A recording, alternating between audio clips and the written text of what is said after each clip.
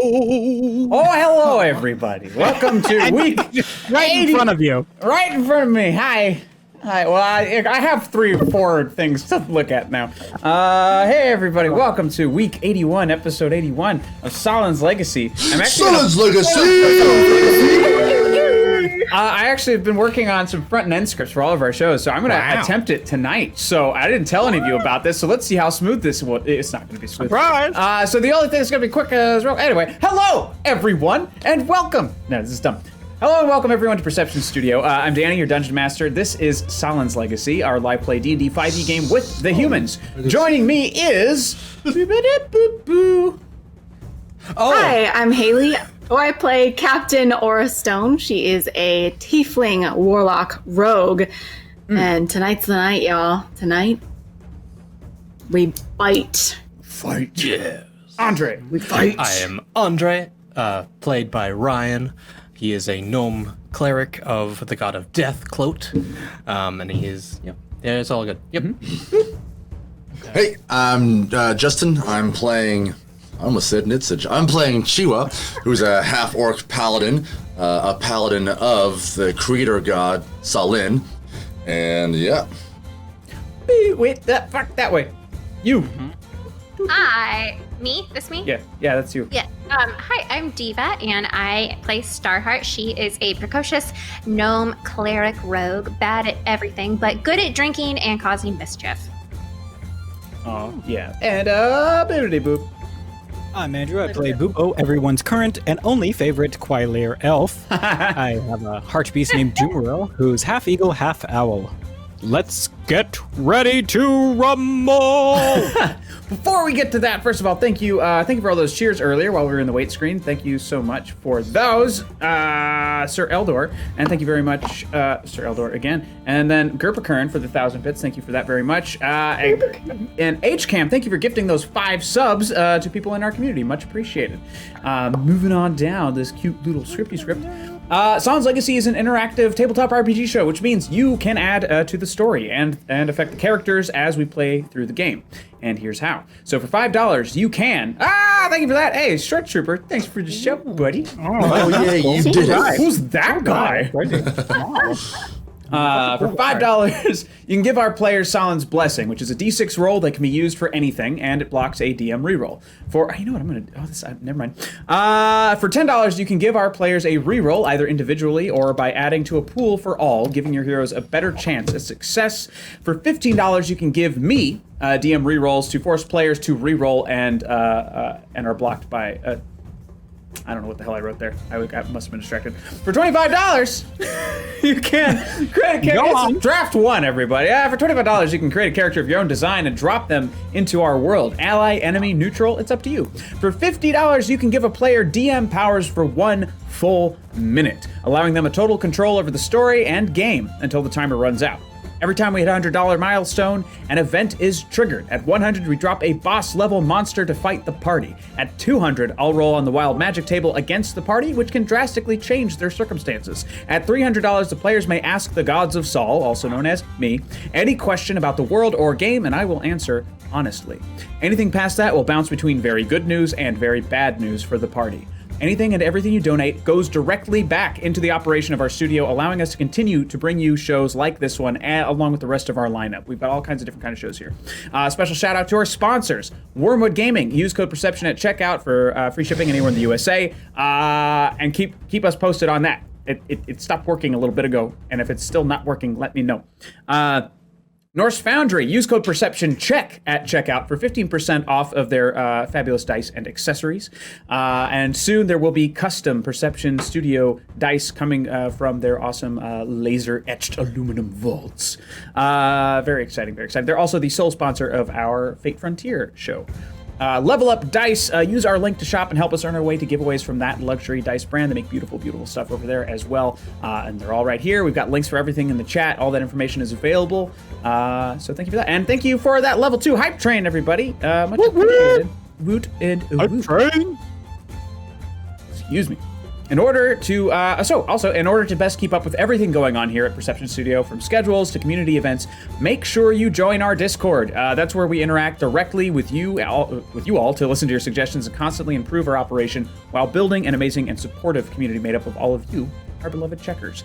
And that's it. It's all encompassing. It's all in one place now. I'm not gonna forget things. It's nice. It's nice. And I'll fix my typos next week. I'll read your typos.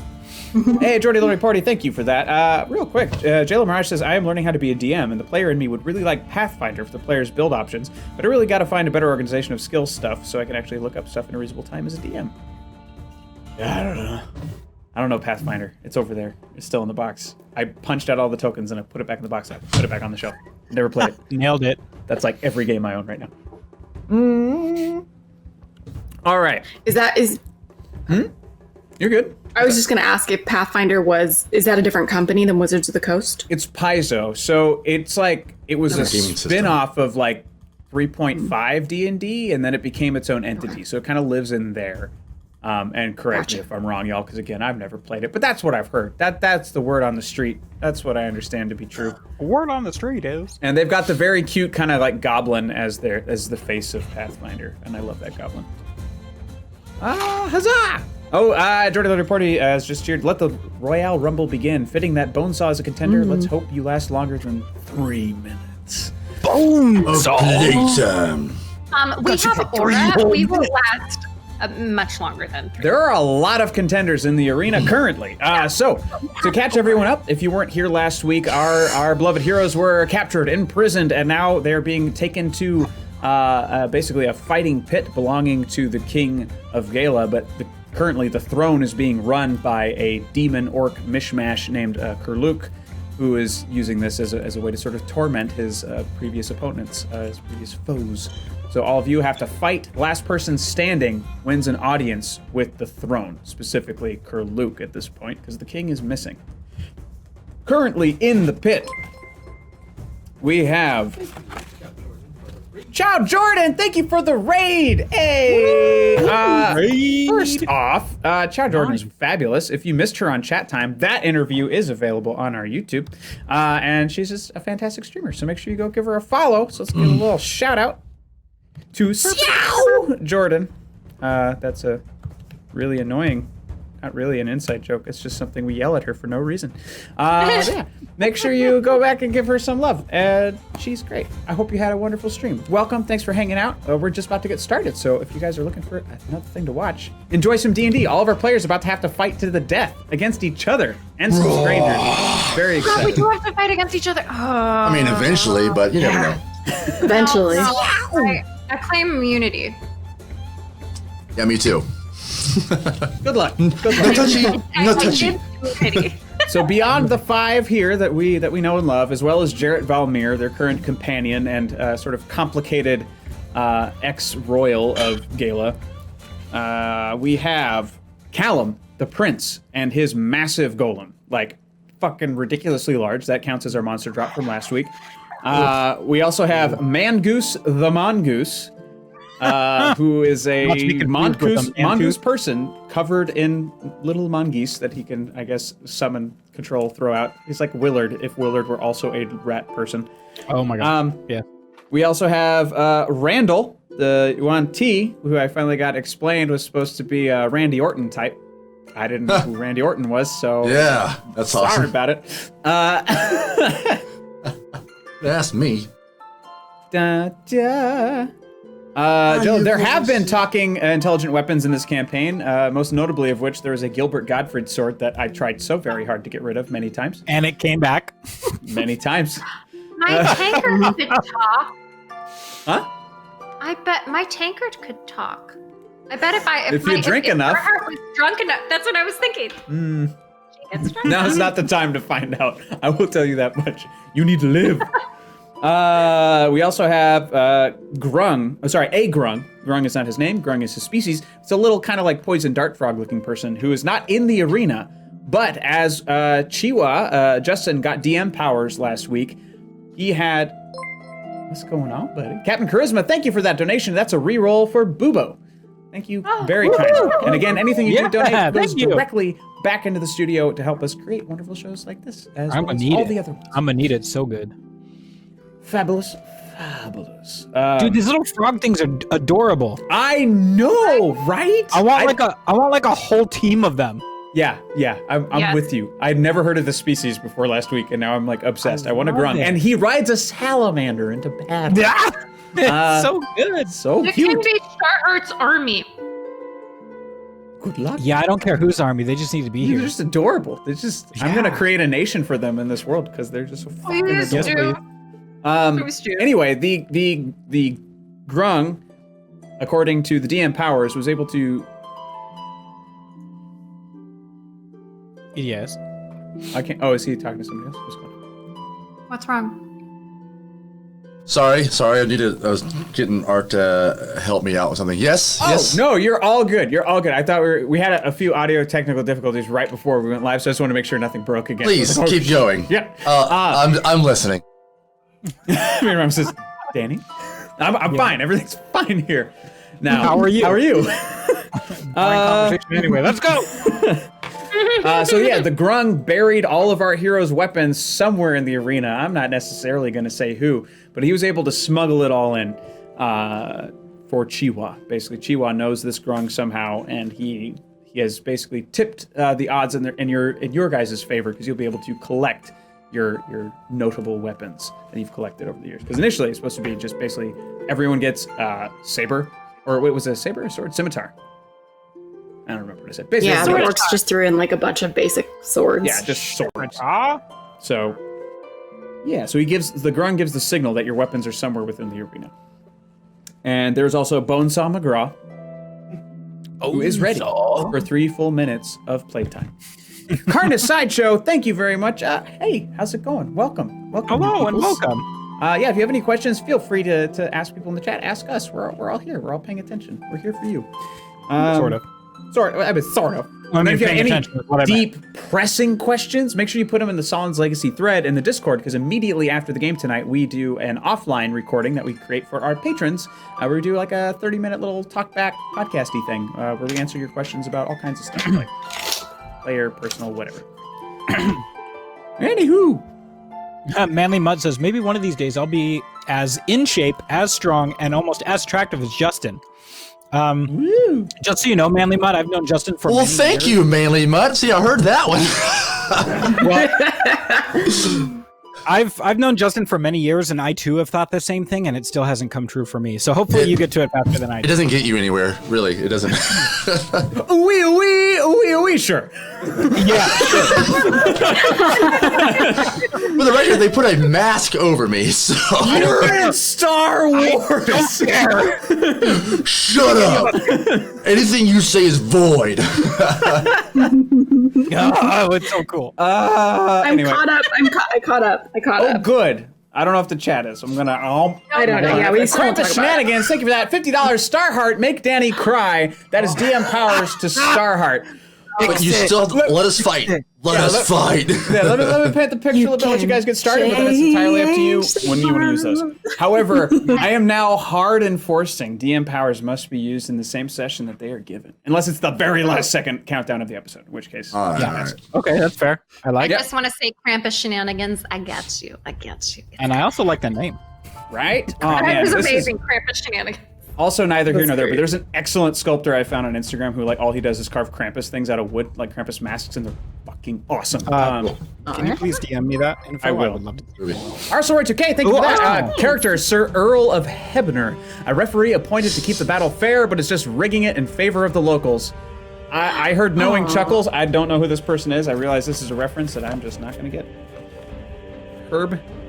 Oh, so Earl of Hebner. Oh, how Hebner. funny. It's a WWE reference. Yeah. Oh. You guys, I watched it for 2 years. Like, I was like 13 and 14, and then, so it's like, I know Kane, Undertaker, the fucking Dudley Boys, and that was my era. That's what I know. Yeah. That's like 4 more than me. 3 more? How many was that? More than me. I watched it for 2 years. That was 4 more years than me. That was He's 4 just a times corrupt as much rep. as I did. All right. Not a corrupt so- ref. He's a ref that likes. They put character into him. I A will say heel, this. a heel ref. Well, So, Danny, the I mean, last it's person you fake said anyway, was right? a grung. You were going down the list of the people who were in the fighting ring, and the last person you said was a grung. The grung is not in the fighting ring. No, he Not is in the out. fighting ring, okay. He is among the spectators. So he's kind of weaving around the orcs. he's the and one that some- helped me get our stuff. Yeah. So Okay. all your weapons. He's signaled Chiwa to let Chiwa know that your weapons are all somewhere in the arena. He has not revealed where exactly they are. So you're gonna have to dig for That them. a little referee bit. is sus. When you and then say stuff, sorry, Danny, is it just Yeah. our weapons or is it all our stuff? it's your stuff. It's all your stuff. Yeah. Just checking. You're welcome. Yeah. Yeah. My mom. There was another portion to your DM powers last week, and I just want a quick clarification because I didn't write it all down. It was you said that the orcs recognize Chiwa specifically, meaning they. I couldn't remember like in what way or their emotion regarding that. So with my soldier background, I had fought against orcs, like my village. I had helped the village and surrounding villages through militia and military fight against the orcs that were trying to take over our villages. And my name was basically Chiwa whoop some ass. And that rumor that kind of spread out through, obviously through DM powers. Right. Yeah, that's how they kind of like, oh, it's the half orc. And Thanks, Manly. thanks, dude. That Thanks, is- Manly Mutt. Thank you, Manly Mutt. You hear a rustle through the crowd of orcs, thrown into the pit last minute as a last-minute contestant that looks like a shiny gnome. As he stands up, the party recognizes him. It's Tiny Toes, ready to kill all in the arena to save his family. Oh. Oh, they don't know about Danny crying tonight, Oh, but Diva no. just might. Shit. Wait, like Kerluk has his family? Like, what? Eat Is and that all. what you remember? Or hat. Y'all went Eat, dark. eat. Are we his family? And he's or we This his- is unfortunate, but this is also a monster drop. Of course Already? it is. Oh Yeah. my gosh. Yeah. First of all, you guys are amazing. okay. Second of all, Yeah. screw you. Question for Thanks, note. Rhonda. So, people in the ring, we have the five of us, Jarrett, the mongoose, Randall. Yes. Now we have Tiny Toes. Bonesaw. Don't forget Bonesaw. Bonesaw. And we're about to get Earl of Hebner and Paragon Tiny Toes and a monster drop. Oh, and also, sorry, Prince Callum and the giant golem is in there with you. Yeah, Hang now, on, Prince Earl Callum- of Hebner. it's behind the gate that closed down, right? No, he is behind the golem. No, They're both he's in here. front of the small gate. So he's I hiding thought behind he was behind the gate. initially before he entered the ring. Yes. Well, I thought he came out and then went behind the gate closed, and he was still there looking through the gate. Oh, he's in. Yeah, he's in. He's just behind the golem. I don't want to write Tiny It's in my drawing and everything. No, I believe you. Now I have to rethink everything that I thought. Oh no. Remember that plan that I had? Yeah. No. It's okay. Garbage. I I told you he was in the ring. I told you he was in the ring. Hi, Jane Austen Powers. That is a delightful name. Welcome. That is amazing. great. Love that. That is. Oh my god. Is Chiwa about to choke a prince? That's great. Such a good name. Okay, so let me get my bearings here for a second. Would be the So first. we've already joke got I- the. Let's get ready to rumble, because he was also dipped last time. Boom! And as he says this, from the heavens, through a cloud on some silvery chains, is lowered a man in a black and white striped Oh my god, shirt. he's Sting. He's Sting. And this referee is being lowered. It's like, It's Mario. It's Mario Ref from Tetris, or wherever that's from, right? Oh, Super Punch Out. everyone starts kind of like losing their minds. Like, woo! Someone who speaks for Kuluk kind of steps forward. That same announcer guy, presenting Earl of Hebner, and he's like, woo, woo, yeah, and like one half of the crowd is like, yeah, there's like, you suck, you're full of shit, you piece of shit, just yelling back and forth in Orcish, of course. And again, people have like faux mongooses, and they have like little the cardboard bone saws. They're getting all ready. They're super pumped. And Kurluk holds up his fist, and everyone goes silent. And you hear from like the rim of this fighting pit, this shiny, gleaming white enamel armor glistens in the sun before the shadows of the crucible cast over him. And you see this dirty, beaten face of Paragon Tiny Toes for just a moment before he struggles to put his helmet back on and stand proudly again, the gnomish paladin. The dirt on his face is streaked with tears. Thank you, Jane Austen Powers, for the follow. Thank you very much. Stick around. God, I love that thing so much. This Paragon. I'm gonna put him just northwest of the golem. Bonesaw. I know, Mongoose. Diva. I know. I'm heartbroken that he's here. I know. I'm like, I don't. Yeah, it's not a good thing. It's a bad thing. Better him than me, I say. Yep. I mean, Bummer. any ally that comes in is eventually not an ally. So I'm upset that that's Vincent right. doesn't get to fight Tiny Toes. I forgot this is a fight to the death. Not necessarily. It is a Not fight necessarily. to last man standing. So Jarrett mentioned the rules in prison, basically saying that you can beat a man unconscious and they'll still respect you. Now the orcs might have a different level of respect for you, but those are the rules. And the orcs know that even though they're occupying, if they break those rules, all of the people of Gala will go whoop some ass. They're not there to stand for the... So I wasn't there when Jarrett explained this. Correct. So you wouldn't know. Okay. So I don't know it's last man standing. I thought he was He telling wants us to let that me know as right we now. were walking. Oh, yeah. I think. Oh wait, wasn't I? I think Hush might have grabbed me. Well, Chiwa was talking to him in the dungeon about what really was going on, and like with Oh the no, orcs because I of the came same. back downstairs and that's when I was like, oh, blah da da da da da da da, and he was like way across the way. Oh, you can Just hear us? like that. Yeah, that was it. I might just play dead. Toes wins, we riot.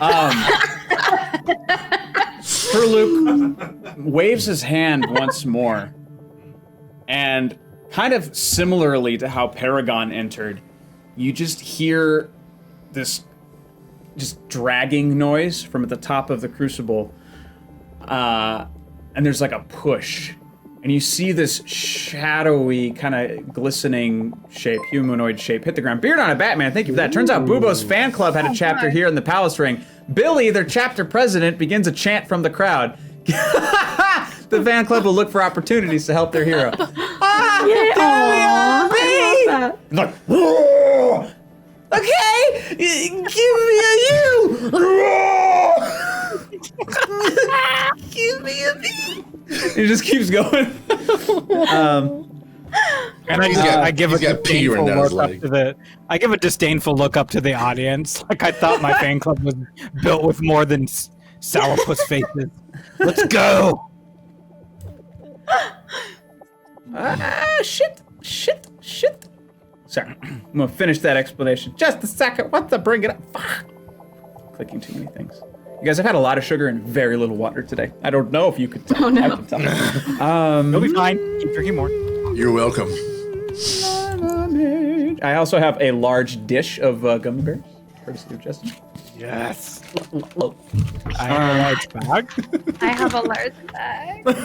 Oh my God, Oh, by the way- you guys all have Albany gummy bears now. We need to talk to them about sponsoring us. We do. We should. Shit.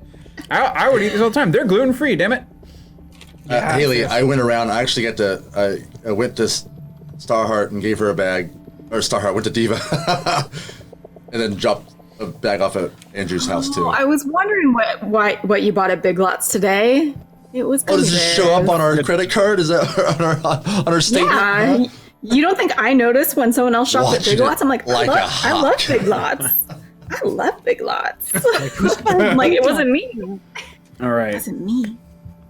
So what you see It takes you a moment to realize what you're looking at, because it looks like a limp body is being dumped into the arena. And as it falls, it doesn't necessarily look like it's even completely together. And when it hits the ground, there's a wet slap. But then the armor starts to slosh and move and repair itself into this slightly humanoid form. And you recognize this armor as the soldier in black who you were able to slaughter not a couple nights ago before you made it into Quarry. But he's no longer complete. It looks like the larva won out over his own body. So now he's a very large fighting man made of creepy larva. All right. So now we got him in there. That's my monster drop, by the way. He's going to be Does it have a name, or is it just creepy larva guy? Creepy larva guy. I don't think you ever got his name. He was the man in black armor with a beard from Beard on a Batman a couple weeks ago. But now he's back and he's goopier than ever. Creepy larva guy. The acronym is KOG. I'm gonna call him that. Cool. And a general reminder, if we make it to 200, I will be rolling on the table of wild magic for each player, which is sometimes very disastrous, and sometimes it could be beneficial. You never know. But Oh, Still dang have it! ours from last week too. I forgot. What happened to my unicorn? Is it still here? It's just invisible. It's not in the arena with you.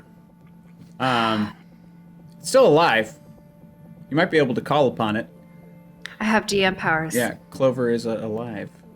Clover's alive, being hunted by Van Pelt. Van Pelt will never go away until these unicorns are dead, because there's 2 of them Not now, and I got some if I fucking house kill cleaning to do. him. Until you say Jumanji. This is great. All right. So we've got, first up, because we rolled initiative at the top last time. So We did? We did. So Aura, you're up. Do I see that the grung threw our stuff in? I think only Chiwa saw that. Only Chiwa saw it. Well, because he threw our stuff in when all the orcs at the same time threw a bunch of weapons in. So, yeah, I guess it would be hard to see it or not. Okay, I'm gonna cast haste on myself. Sweet. And then I'm going to free action flip up the cloak of displacement on myself. And then can I do a perception check? I don't know if that would be my other action to see if I can find a weapon. Sure. Is that Yeah. Would that be spending my perception or action then? investigation? For this, no. I think you're in the heat of the moment.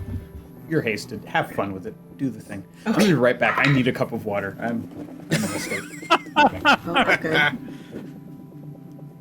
I spent so many spell slots last week. Told you not to. I told you to save it. I told you to save I it. was doing it. I was in character. Well, then you Yeah, could no, die in character too. Yeah, pretty much. We'll switch that out later. Wait, what is that? What is? They ran out of water. Yeah, there's another tub. I can switch Go it to the later. sink or something. Use a sink. I don't trust Just it. get a tap. Stick your face in there. Drink it all. California? We're good. Okay. Okay. It was only an 8 for investigation or perception, so I'm guessing Yeah. I don't see my stuff because there's just so much stuff. Yeah, and as bodies are literally being thrown into the arena, I think there's lots of things drawing your attention. Yeah, there's so much going on. Frickin' fractals. I can give you a quick lay of the land if we want to cut to. Do we have my NDI, Ryan? Yes, sir. All right. Here's Well, quick- I'll just go ahead and use my I'll use my wild magic. I got a 2nd level shatter spell. So I'm gonna go ahead and do that. I'm gonna cast it at the I think it's a 60-foot range because I have that spell. Sorry, can you move that a little closer to the camera? Is that terrible to ask? No. Which part? Because at some point I'm going to be zooming in. So here at the bottom, this is pretty much all of you guys, but you've moved to the center, I believe. We decided that everyone's kind of in this ring. But just assume that everyone here, with the exception of Paragon, and now I got to add the Splatty Splat, who's going to be over here. Armor guy. Armored guy. So this is so he hasn't moved, and Paragon hasn't moved, but everyone else has moved to like basically within this ring, with our new ref here in the middle. Callum's there, Miranda's there, and then the 6 of you. So 1, 2, 3, and I'll let you guys choose where you are in this. It's all the same to me for the moment, anyway. Jeez, That makes there's sense? so many to pick from. Yeah, there's just a lot. many. There's so many. What's the diameter All of right, this Oh, dear. yeah. arena? dimensions. You can, big? I think I said it last time, but I want to say like 300 feet or something wide at the floor. It's a big bowl. Are any of the contenders within 10 feet of each other? Of each other? Mongoose Yeah. and Bonesaw are probably right next to each other. Everyone else is fairly spaced. So 300 feet is like a football field length. Okay. Let's call it 200 feet then. Let's shave that off a little bit. I'm bad at distances. Like really Okay. bad. Can I, with my speed of 60, I don't even know if I can get in range. If my speed is 60, can I get within 60 feet of, I guess, Bonesaw and his buddy that's standing next to him? Yeah, you should be able to. Because again, you're not at the far edges of this ring. You're at the kind of center circle. So you should be able to get there pretty quickly. They encourage you to fight, Okay. so they're going to start you off as close as possible. Okay, I'm gonna cast that freebie wild magic 2nd level shatter on them because they're within 10 feet of each other, so it'll hit them both. Can Yeah. you give me Constitution saves for both of them? Yeah. You're trying to beat a 15. No. So Mongoose fails. Sorry, Mangoose the Mongoose fails. And I was trying to beat what? 15. 15? All right. So Bonesaw rolled a 15, so we got higher than that. Okay, so half damage. Danny, if you're not good with 200 feet, it's still super long. You could do 100. That way, the radius is 50 feet to the middle, or 120 feet, so at least 60 feet to the middle. Okay. So, That sounds good. okay, Whatever yeah. I basically I want it to be flat ground that you guys still have enough space to maneuver around in. It wasn't supposed to be super. That's a lot of. Yeah, some good. Oh, I rolled terribly. 5. So that's 11 points of, what is this? Thunder damage against the one who failed, and then half of that. So what is that, 5? 5 points of thunder damage for the one that saved. Okay. Let's Let's take it. see. Bonus action.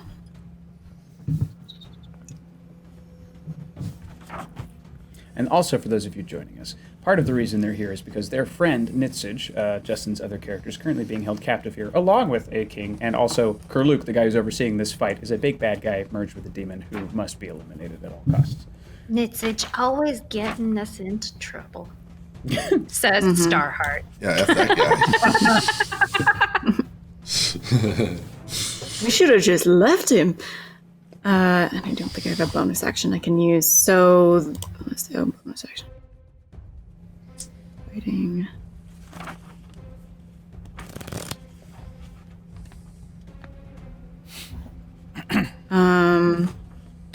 That'll be my turn for now. Yeah, that's good. All right. Next up is Bubo.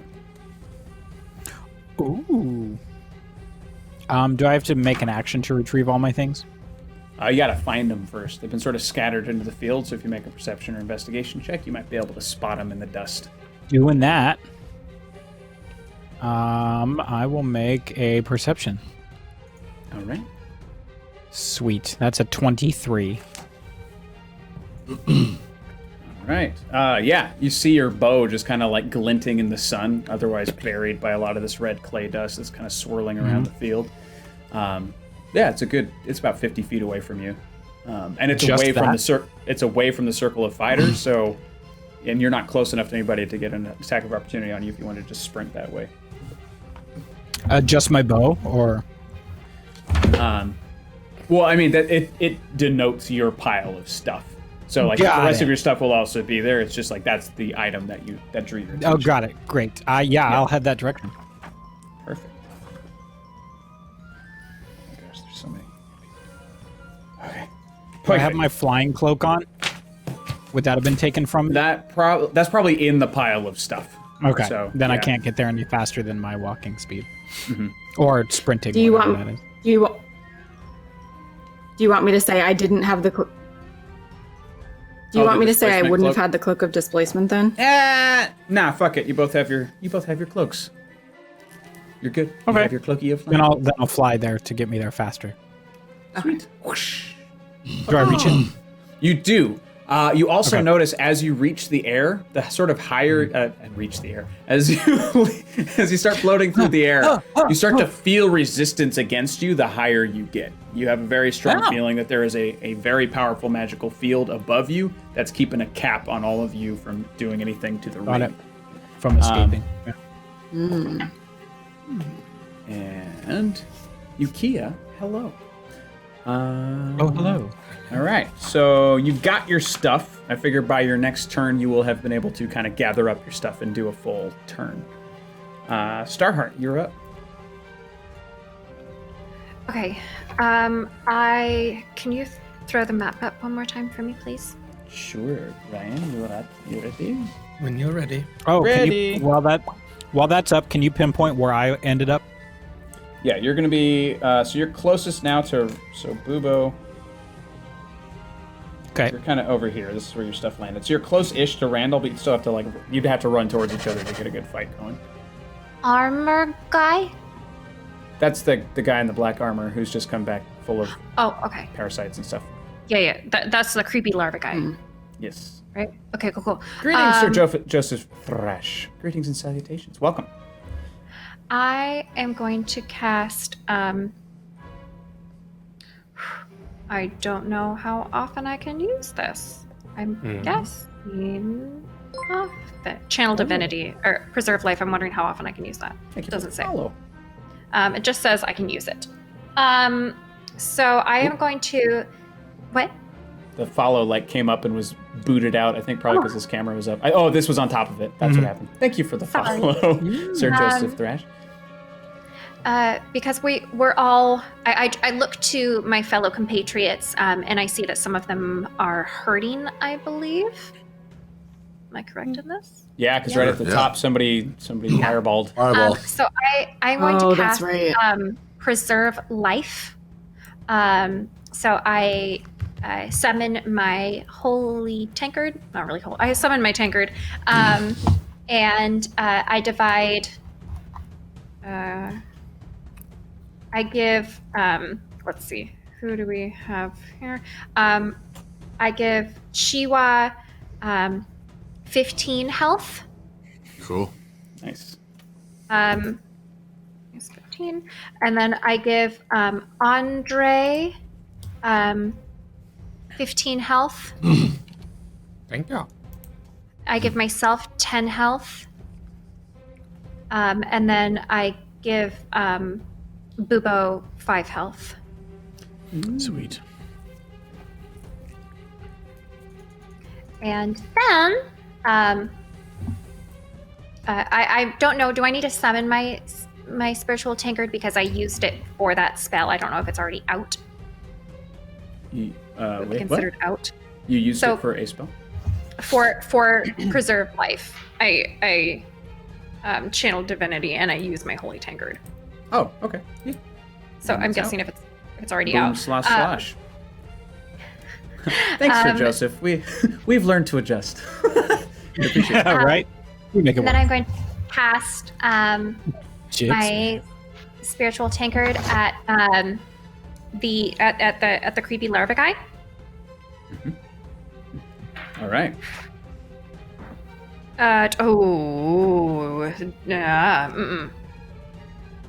8. Would you...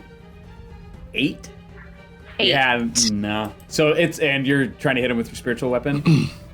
Yeah. Yeah, so you swing it at him, and it's just like, again, when he's fully formed, he looks like a good 6'4" looking fella. But the second the Tinker comes for him, it's like his body just collapses like a wet bag as to duck out of the way. And then once it's past, he just reconstitutes himself into that form. Hooray. All right, so on to... Oh, it's Callum and the Golem's turn. So, for those of you, actually, only Bubo, I think, would have a visual vantage point on this. So, Bubo, you see the young prince, violet eyes, blonde hair, kind of plain clothes, but still fancy fabric. He darts up and starts climbing up the back of his golem. There's been sort of steps carved into his back as part of his design, and there's just like things for him to hold on to. He's not protected from the back or anything like that, but that just gets him up off the ground. So because of like the major height of this thing. It's like Hero and Baymax. Yeah, basically, yeah. So he's like scaling it, but this dude is, the golem is much larger. But yeah, so he's just kind of gripping onto this. And again, you see him, he's got this sort of, kind of like Paragon's face, where he just looks so wounded and so desperate. Like, you know he doesn't want to be here. You know he doesn't want to do this, but you also know he's got no choice. And you see him sort of just close his eyes and focus, and the fire, both in that sort of open window of the chest of the golem and the flames spitting out of the eyes, start to fire. And it goes immediately toward Mongoose, I think. Yes. So he's going to go charge Mongoose with the entire golem. Mongoose is bad or good? Mongoose is a contender. He's a fighter. He's just here to win. He doesn't care. I want to live. Okay, so Callum's shaken. So he's holding on to this creature, to his golem, his construct, and it's just like he's trying to get it to go. But you think the fear of this situation, he's still a young kid, and he's freaking out. So he's not focused enough, and the golem only is able to take one or two steps toward the mongoose, and he takes a couple very quick steps back. You realize that Mongoose is very light on his feet and very maneuverable. But that's Callum's turn. It's now the Mongoose's turn, and again, he's a sort of mongoose-like humanoid who has a lot of actual normal mongooses kind of swirling all around him. He's sort of like a whisperer. And he is going to try and channel his mongoose to attack. I forgot to look it up. Fuck. So he holds out a hand, and all the mongoose plop off, and they start running toward Callum. They start scaling the golem's leg and getting up to the kid, but they're not able to find him quite yet. They're kind of sniffing him out. And that is his major move. On to Randall, the Yuan T. So this is near to you, Bubo, so he's going to come after you. So this is, he's humanoid, basically normal legs, normal face, but everything else is kind of just a bundle of snakes and tendrils all kind of wrapped together to formulate the rest of this human-shaped person. Oh, come on! Fuck! So Randall, I mean, good things, all good things. Yeah, so I know. Yes, Sir Joseph Thrash. It is $25 for NPCs, and that is, these can be allies or enemies. So if you want to help the party, say so. If you want to be an enemy, say so. If you want to be neutral, also say so. It's whatever you want. Allies. They're in a pickle, I'll tell you that. They're fighting to be the last one standing, which means they're also fighting each other. So Randall is going to rush at you. And apparently Randall's an idiot, because he, as he's kind of sprinting after you, one of his tendrils, he doesn't realize that you've still got kind of a half-empty bag of stuff at your feet that you're going through to get your stuff, so he trips on it, and he eats it, and he just slides on the ground, so now he's prone in front of you as you're gathering up all of your weapons. He heard voices in his head. It's now Chiwa's turn. First, I'm going to cast Haste on myself. Mm-hmm. And then I'm going to, since I know the Grun helped get stuff out there, I'm going to look for my stuff. Mm-hmm. Can I look for my stuff, please? Investigation or perception? Natural 20. All right. Yeah, you look down. You see the bundle of your stuff at your feet. You look up, and the grung's like,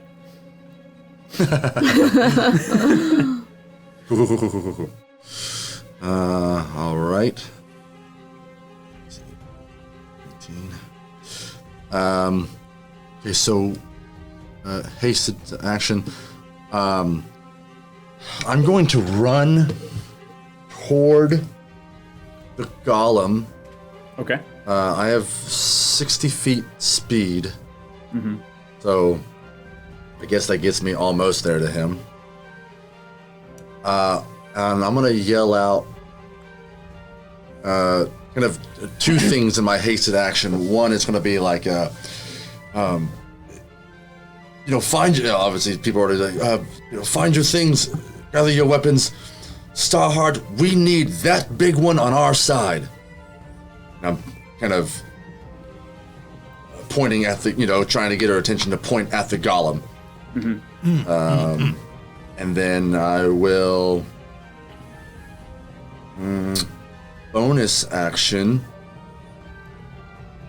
You know what? I'm going to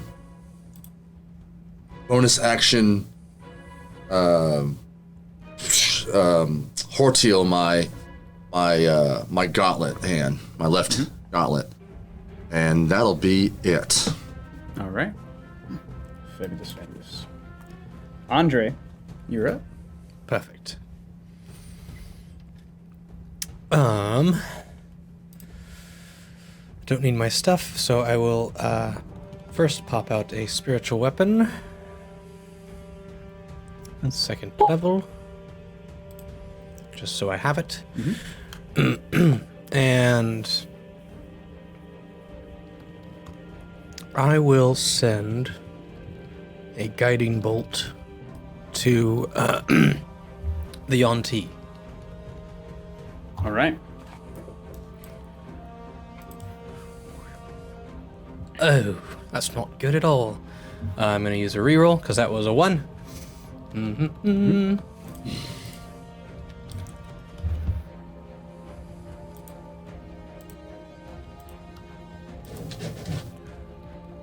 Oh, that's much better. That's a natural 20, so 28 to hit. Okay, 12d6 for that guiding bolt. Okay. Damn. All Yeah.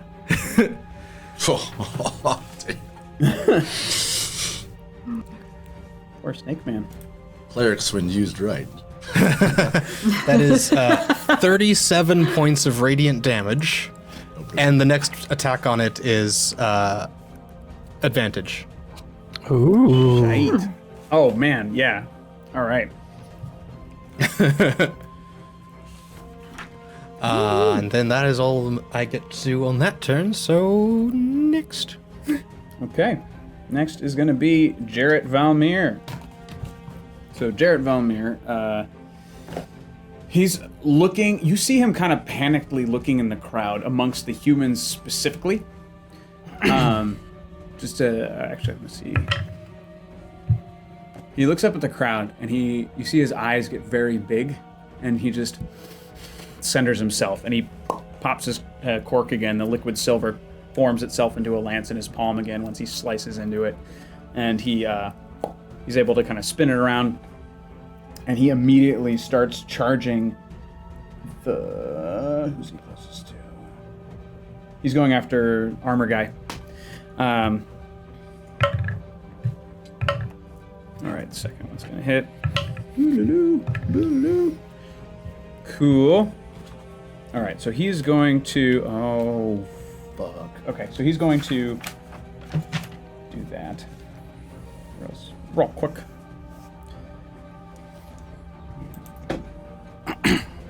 So he gets. You can see that silvery lance of his kind of gleam with a light as it passes into this larva-built being. And the little lumpy bodies kind of slough off wherever he makes contact, and it gets just ever so much smaller. But immediately, you can see the larva react, and the creature underneath the black armor like does a sort of pulse. And he's going to Jarrett's going to make a saving throw. He succeeds, so nothing happens, but he does stumble back a couple of steps, not expecting that sort of pulse of energy. And then next up is going to be Grung, who's not in the ring, but he notices Bubo's fan club. And so he hops on his salamander and he starts riding around to the other side of the ring to gather up with them. And so you see them all sort of like whispering to each other and starting to plot and plan and figure out how they can assist you all in the arena. Yes, my children. And again, the little Grung kind of looks back to you with, "Oh, option delete. Thank you for gifting that sub to Sir Joseph Thrash. Much appreciated. Yay. Thank you for the sub gifts. Very kind of you. Very, very nice. Hey, Jordy, thank you for that. Thanks, Jordy. You all hear from behind one of the doors. My sister, what a beautiful sight. Watching you fight for your life, walking out of the shadows behind the door, a spitting image of Starheart, but almost a reverse color palette before sinking back into the dark. Nega Star. Mega star. No, his name's Heartstar. Horseshoes, clovers, and blue moons. Whoa. Yeah. I was thinking that. Maybe his name is Blue Moon. That would make sense. Oh. That's cool. Wow, weird. All right, thank you for that. Fight herself. No, it's her brother. Can't hear you, pal. The bark. You muted? Thank you. Who? Me? Is that a good? Is that like Megastar Heart? No, like helpful? nega, like negative, like evil mirrorverse, like Starheart with a goatee in Star Trek, like. I know, but Nega Scott helped Scott. After they fought. Oh, Yeah. Yeah. Yeah, but maybe she recognizes that she doesn't need to fight. Damn it! Okay. It's kind of fun fighting yourself. Just saying. Yeah, it's true. All right. Well, thank you for that, Jordy. It's going to be a minute because we've got a very long fight list to get through. We're almost there. Yeah. Okay. So Grung is with the Billy. Billy is over here. Billy's down there. So now it's Bonesaw's turn. Bonesaw's ready. So Bonesaw is actually going to go and try to help his friend Mangoose the Mongoose. So Bonesaw is going to go and sprint across to attack the golem, or rather, he's going to try and get to Callum. Whoa, Gerpakern! Oh, Ooh, crap. Thank you for that. An extremely salty, green, soft-skinned humanoid with purple hair and one tooth named Pickle, damn it, enters the fray. He is wielding daggers made from the teeth of a purple worm and blaming someone named Ryan for all his problems. Thank you for that, Gerpakern. That's like a Wednesday thing. Wednesday thing. Gerpakern. Oh, man. All right, so I'm going to find places to drop these people. Okay,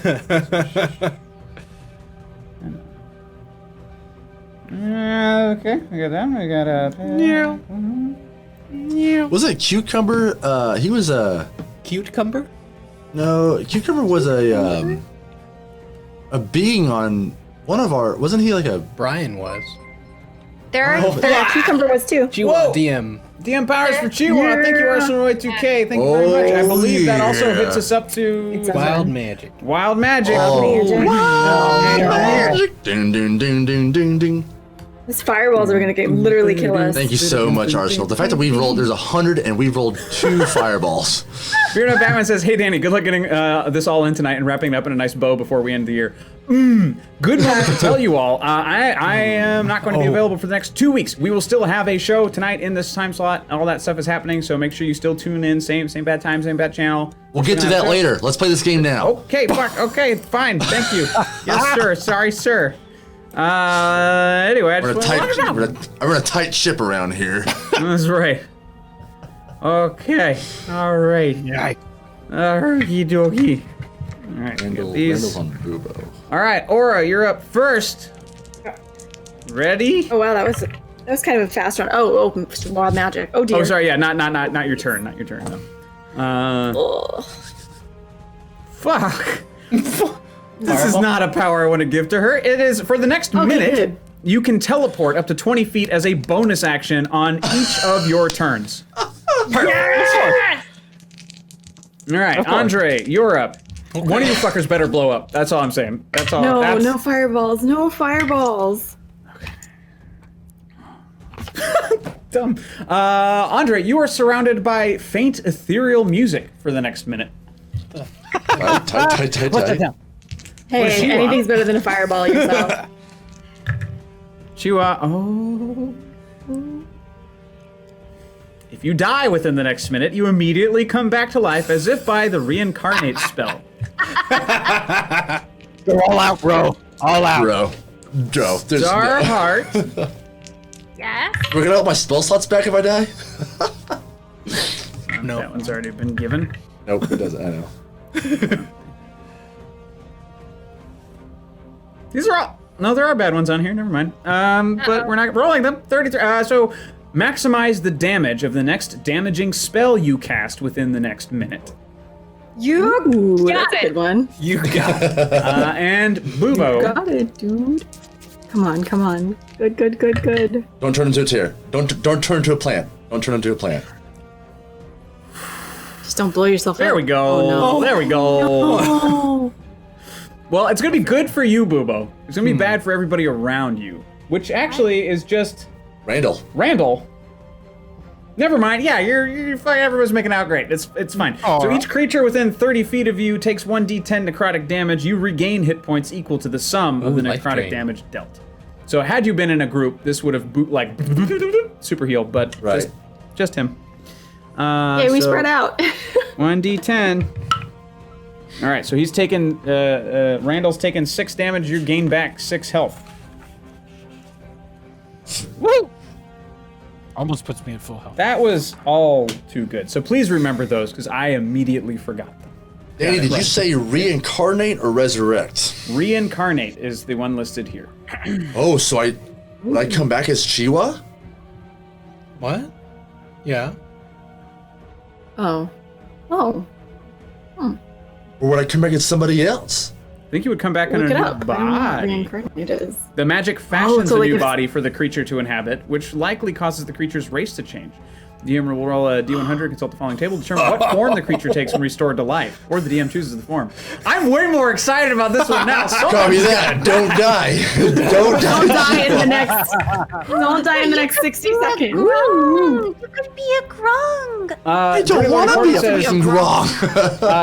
Damn it, I wasn't able to put it in the donation message, but the Twin Star Heart has a chain smoker voice. Perfect. One went drinking, one went smoking. That actually makes a lot of sense to me.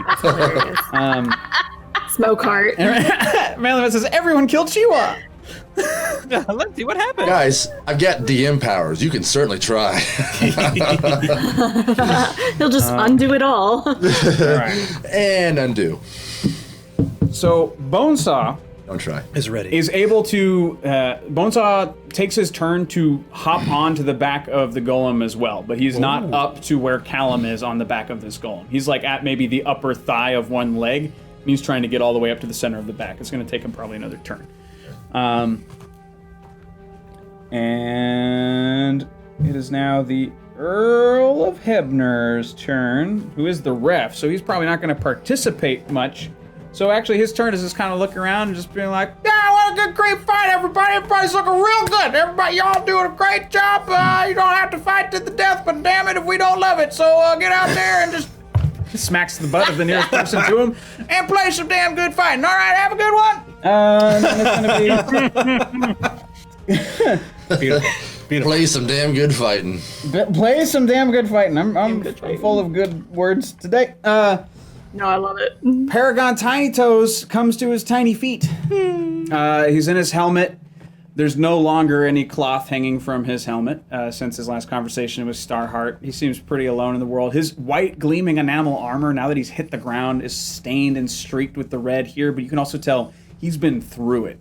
Like, there are cuts and all these like notches out of his armor all across. Like, someone bested him in order to get him here. And you just see him like just struggle to his feet almost in a daze, and he just picks up his lance, and he's not even being he doesn't register that any of you are here. He just sees the closest body and he starts charging, and his lance begins to gleam with that same holy light that you've seen him fight with many before. And he is actually closest to Mongoose, so he's going to go attack Mongoose.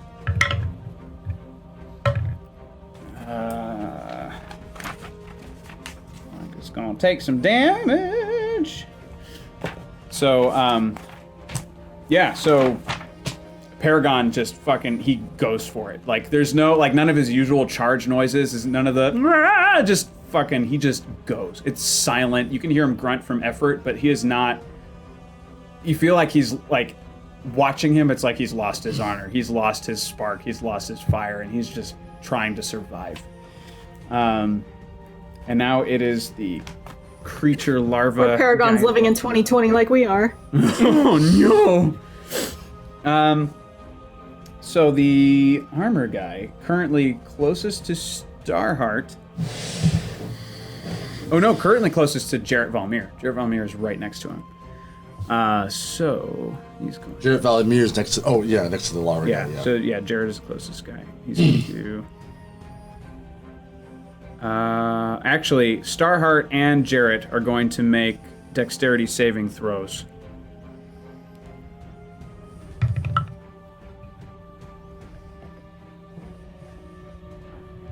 God damn it. 11.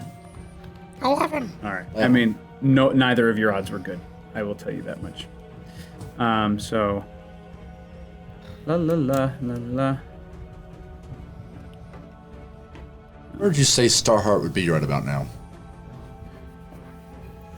So. I don't think I've moved. Okay. You and Jarrett are both going to take 32 necrotic damage. You are now blinded and restrained by masses of these swarming larvae and worms. So the same thing that happened to Chiwa in the tunnel is happening to you. They swarm out from the gaps in his armor and just envelop you entirely, and Jarrett. So it's 32 damage. Oops. Dang. And that is this one. Yeah. All right. It's now Billy's turn, leader of the Bubo fan club.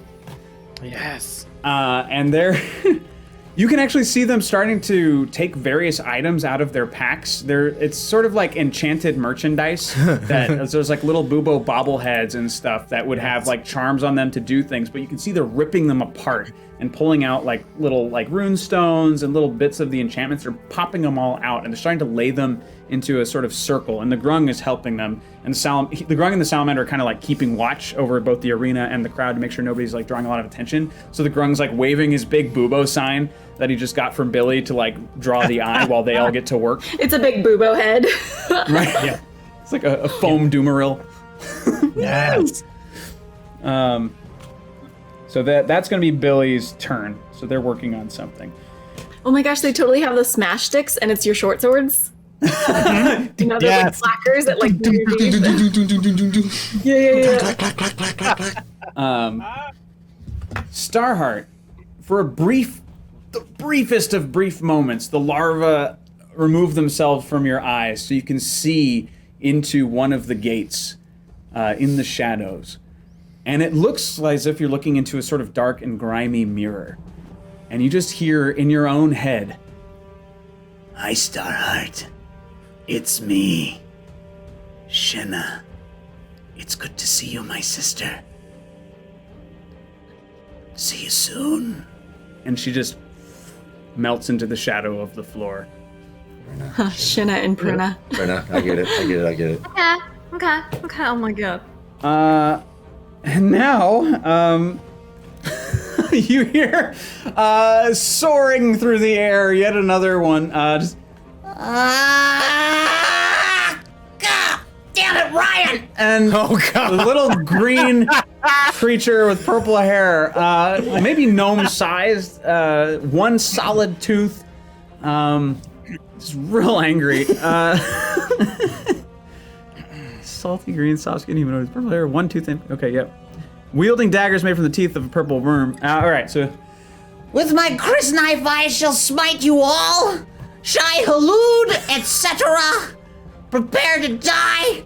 I cannot sheathe this blade unbloodied. Ah! and he just goes. So he's gonna. Really good voice, Danny. That's probably your thanks. best voice yet. Thanks. You know, just in case, if we ever can't make it on a sick day or something like that. So Pickle charges you, Bubo, because that's about where he fell. And so he's got his. Yeah, you. He's got that. Oh, come on. He's got that. Yeah. And I kick him. In a kicker shoot. And that's gonna be 9 slashing damage as he slices across your thigh with his little crysknife, his purple worm crysknife. Joseph Thrash in the Discord. Thank you for joining the Discord. Happy to chat with you after the show. And then yeah. So that's gonna be Pickle's turn, and we are shockingly back up to the top. It is now Aura's turn. Laugh Love Lindy, thank you for the raid. For those of you who don't know, Laugh Love Lindy is our wonderful DM over at Degrees of at LFM on the show Degrees of Madness. She is the keeper of arcane lore over at for Degrees of Madness. It's a great show. It's super funny. You should go watch it. Chunky Cucumber on it, more Enigma, and various guests. Lots of fun. Yay! Nice. All right, Aura, what you doing? Okay. All right. I heard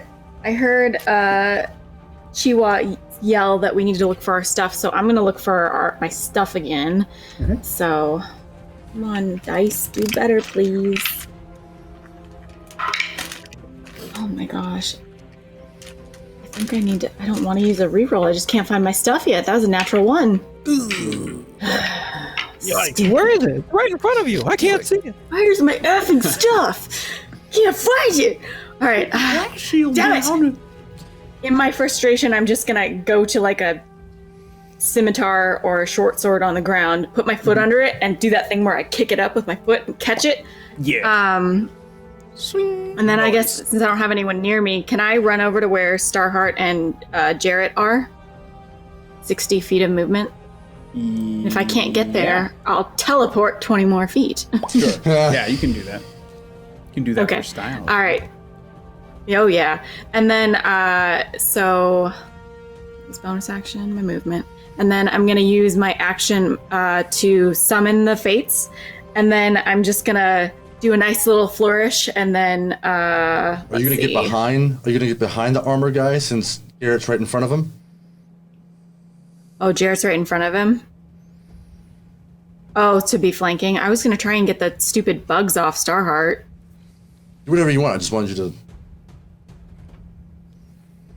Okay, I'm gonna try and very carefully, let's see, second action and, so I'll have to do 2 with the fates then, my second action and then the thirsting blade action to try and cut away the larva from Starheart. Nice. Very carefully and with much finesse. Let's see. Okay.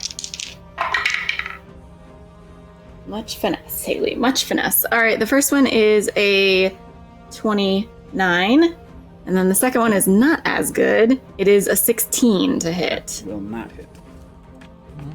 The 16 won't hit the larva? Well, it's a larva in gleaming black armor, and also due to its actual small size and maneuverability, it's harder to hit. Okay. If that makes sense. Okay.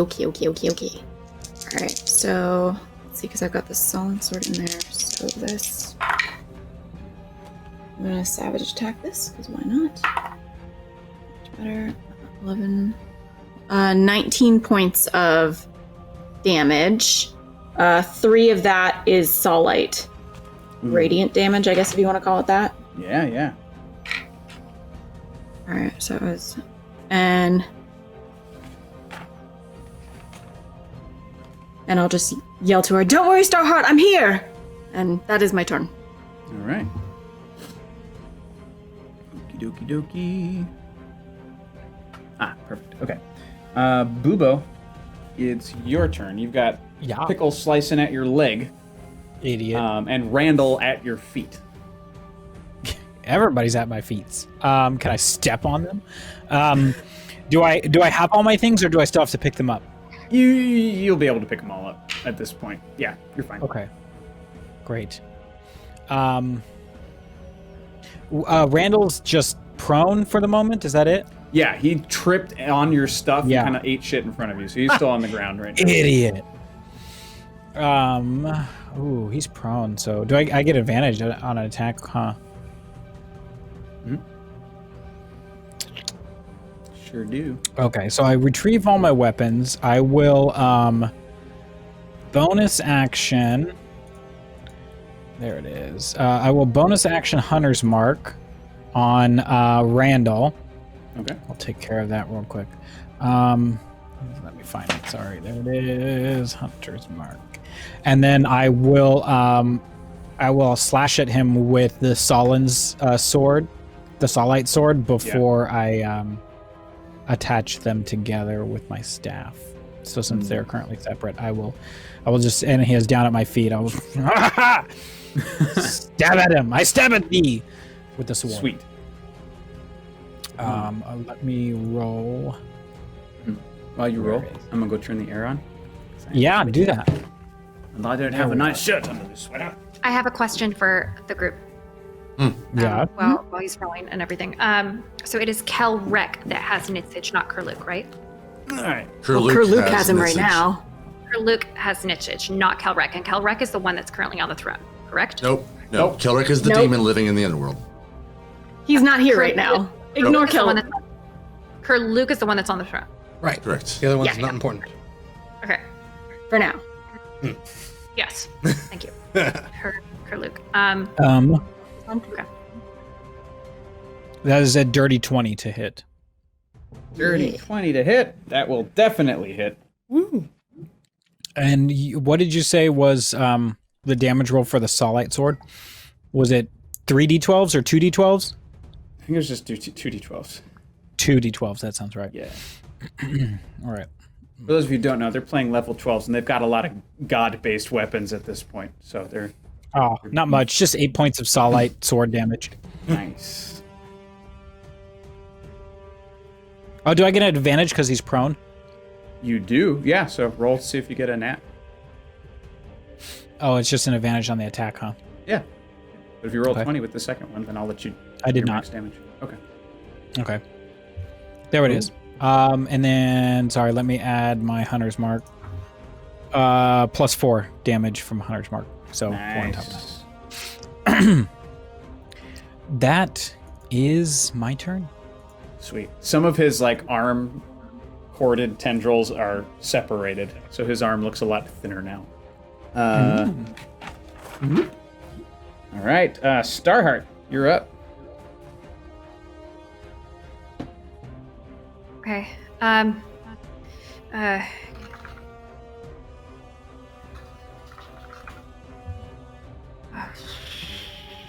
Okay.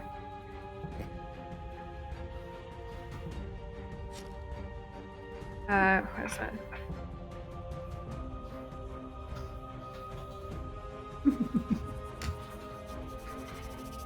Okay. Danny, how are we in really bad position, right? Is this a good time to do my powers? You can reel me in anytime you want. I may have done too much. I'll answer your question in 2 seconds. Have hearts. Thank you very much for the raid. I don't think I've seen your name around here before, so welcome yourself and all your new friends. Thanks for coming. Thanks for hanging out. We're in the middle of a very large brawl, including all of our players against each other, as well as a bunch of other people in the middle of this arena. So you're pretty much caught up. Welcome. And, fuck, I actually forgot your question. Okay, I have something ready for DM powers. I Right. want to know if we are. You personally are in a bind. Okay. I would highly I'm in a literal bind. You are in a literal bind, and this thing is going to keep hurting you if you stay in it. So now might be a good time for you. I have one question before I do this. How much is a, and you can tell me or not tell me. I can just kind of hope that I'm right and not overshooting or undershooting. How much is a lot of damage? I'm not going to answer that. I have Okay. plans. Deep, dark, evil plans. Okay. Would you Are we say ready? 1 million Yeah, go for damage? Okay, I might again, Danny. If any of this is too much, reel me in. Okay, reel me in. Okay. Good job. At this point, DM Powers, it's all you. No, I know. I mean, if any of it is, I'll be you. sitting here sipping my drink, silently judging. Silently in judgment. Okay, I have my. Oh God, I really hope I can talk this fast. Okay. Wait. What? No, don't go. Okay, ready? Go. I lift my spiritual taker to my lips and 5 minutes conscious in a rush. Then I reach within the recesses of my mind and call upon the starlight who saved me as a child. Her light within me surges and my eyes glow as green as a starheart gem seeking a starlight. The god Sol hears my plea to protect my friends, and a bolt of holy light cracks down through the ceiling, striking down upon frick. The golem. I lost my place. Striking down upon the golem for 45 damage. 9 more bolts crash down, piercing enemies, save Callum, Jarrett, Tiny Toes, and the Grung with 45 radiant damage. As our foes are weakened, we feel a swell of rejuvenation as we regain 5 of our spell slots. The brilliant light removes anything restraining or inhibiting us. That same light reaches into the party, giving everyone save myself an extra D10 roll per attack for the next 10 minutes. In a moment of utter clarity and calm, I block out the cacophony of the ring and I look to the sky and reach my hands to the heavens, summoning a god-blessed arrow that never misses its mark and deliver a devastating blow to its target. With expert precision, I toss the bow to Booba and cock my head at Kurluk. Tiny Toes with me! Reclaim your honor and knighthood! Tiny Toes stands stalwart and salutes me with an "at your side, my lady!" and charges at his nearest foe, spearing them through. Me! I yell to Shenna. Let us stand as one. Shenna's umber visions collided with mine. Her body deteriorating her spirit and having me, causing all my abilities to strike. Wow! I don't know what the fuck you said. There's a lot. All right. So here's the bits I got. First of all, points. The Powers one ever. thing I really wanted. You got to plenty. You struck the golem. Oh Beer on a Batman says, my sound is all sped up. That's weird. Okay. I looked at the first name on here and it was Gollum.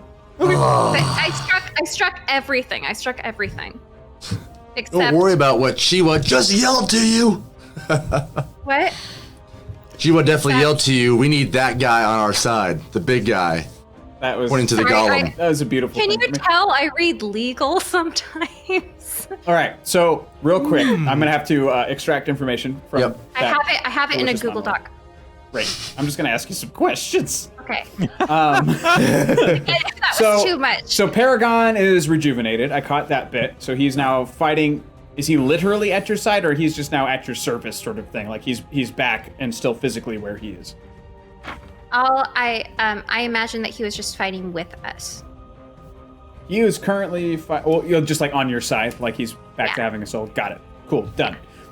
You mentioned damage to a lot of the characters. You said 45 to the golem. 40. Well, that was the first. But so I said X enemy because I didn't know which, and then I just said Golem because it's the one I remembered. Right. And then I had 9 more bolts crashed down and pierced enemies, save Callum, Jarrett, Tiny Toes, and the Grung. So those ones did not take damage. All right, but the rest of them is 45 for everybody, is what you said. Yeah. Right. Okay. Yeah. And this is, I might have gone over. No, you're fine. No? You're fine. Okay. This So is DM how powers are DM fun? powers work. I don't get a say. That's the point. Okay. There will be consequences. No, you're fine. Okay, so Callum. Oh, thanks for coming in, Sir Joseph Thrash. We appreciate it. Yeah. Enjoy Randall. Happy New Year. Yay! Yeah, thanks, Thrash. Come back anytime. Have a happy New Year. And yeah, good time.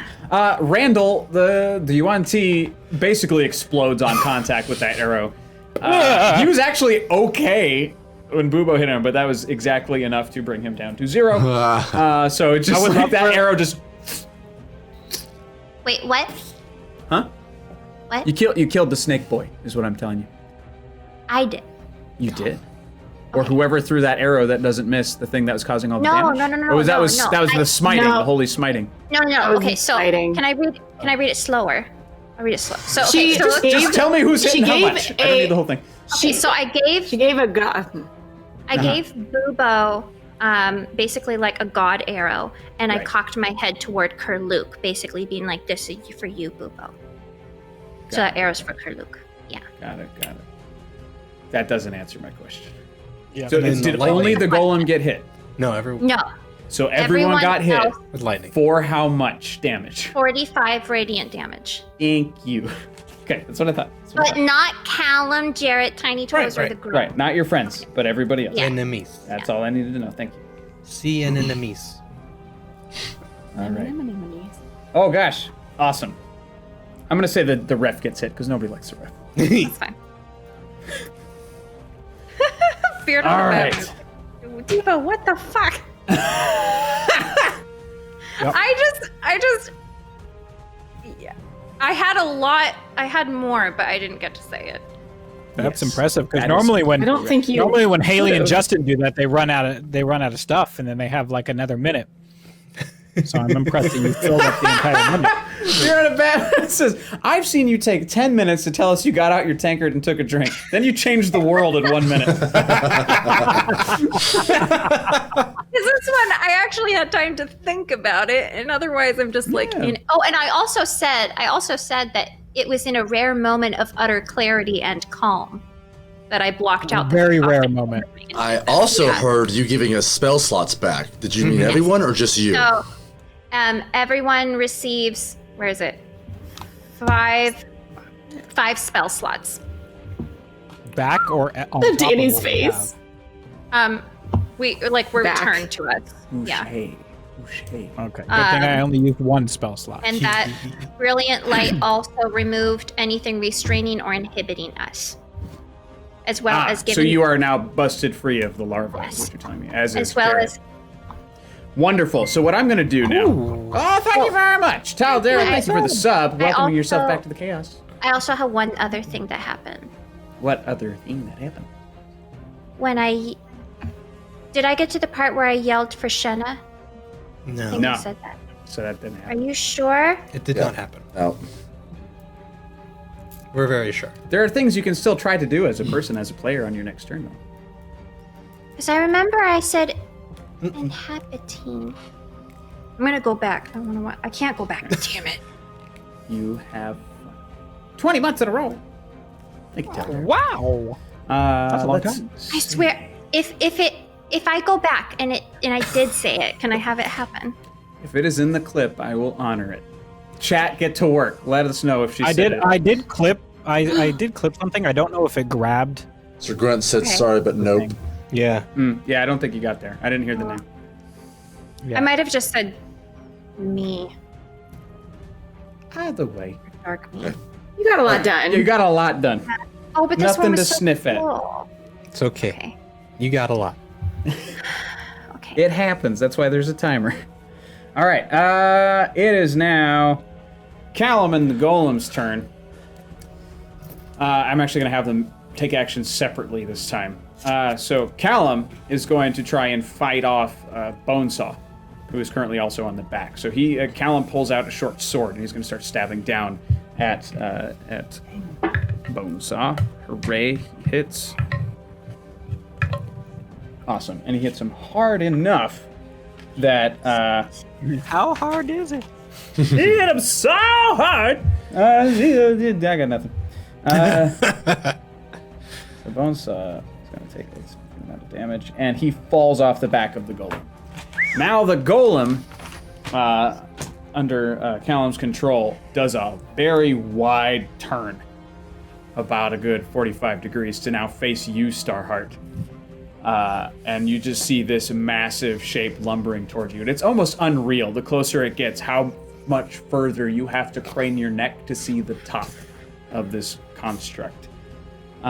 So as it starts to the sun is behind it, so it's in shadow. So really you just see this massive silhouette with a glowing purple flame in the chest, and the glowing purple eyes are what you see. It's not close enough to strike you yet, but it's about halfway there. Oh, great. Okay. Yeah. And that is going to be... Now it's Mangoose the Mongoose is going to be fighting Paragon. He's like, that's not ferret! And he throws a bunch of fucking weasels at Paragon Tiny Toes. Wow. You were waiting on that one. I really wasn't. It just... Laughed in character. Max damage! Oh, shit.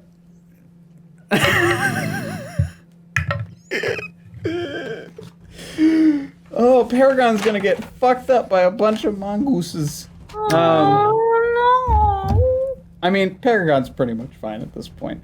But you do see the mongooses that Mangoose throws are just small enough to like weasel their way in between the pieces of the armor.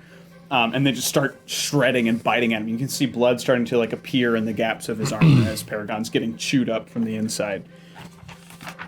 And that is his turn. Randall's dead. Chiwa, we're back up to you. Lightning, hits the golem as I'm running toward it. And as it starts to walk across toward Thank you for the bits. Starheart, I saw a bone saw fall off the back of it. And I look up at Calum, and I'm going to try and climb the golem as it's passing by me up the back to reach Calum. How tall is the golem? The golem, I think we settled somewhere around, it is like 50, 60 feet. It's big. It's a big boy. I would like to use my movement. I've got 60 feet of, I got 60 feet of movement. Obviously, climbing speed's a little different. I'd like to try and shimmy up close to Calum, first of all, if that's possible. Yeah, you'd be able to climb it, I think, with no problem. You're pretty agile, so I'm not going to make you roll for it. And there are pieces carved out on this creature for you to be able to climb up. So yeah, you make it up to him. He's got his sword pointed at you, though, so he's terrified. I've put my maul away, so it's just my hands. And I want to tell him,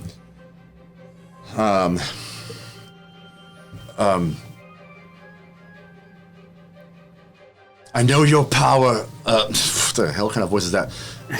Chiwa, there it is. I know the power that you have and what your bloodline represents. We are here to help you and dethrone Kurluk. Will you please help us? And I'm gonna pull out my tomahawk with my right hand. And I'm gonna throw it at Bonesaw, who hit the ground. Nice. To try and attack. Sure. So it's ranged and he's prone. Would that be a disadvantage then, Jay? Yeah, it would be. Yeah, sure. Said it. Oh, tough. 2 13s. 23 to hit. That'll hit, yeah. Bonesaw doesn't wear much. 6. Okay, I found it. It's 12 points of damage. Okay. Plus, Starheart gave you an extra D10 for the next round. Oh, Is it next round or next minute? For the next 10 minutes, everyone per attack. 10 minutes? That's what I said if it didn't. But I found the clip. Yeah, I did say the bit about Shenna.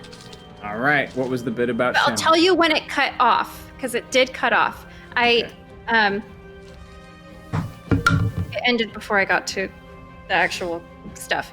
I said, I yelled to Shenna, let us stand as one. Shenna's umber visage collides with mine, her body deteriorating and her spirit inhabiting me, causing all my abilities too. You Kevin Flynned her. So much for that character drop. Not bad. She's in you now. No, I can play with this. I got this. Oh, nice. So it's an extra 10 points of radiant damage, I believe, right? Yeah. So 22 points of damage total.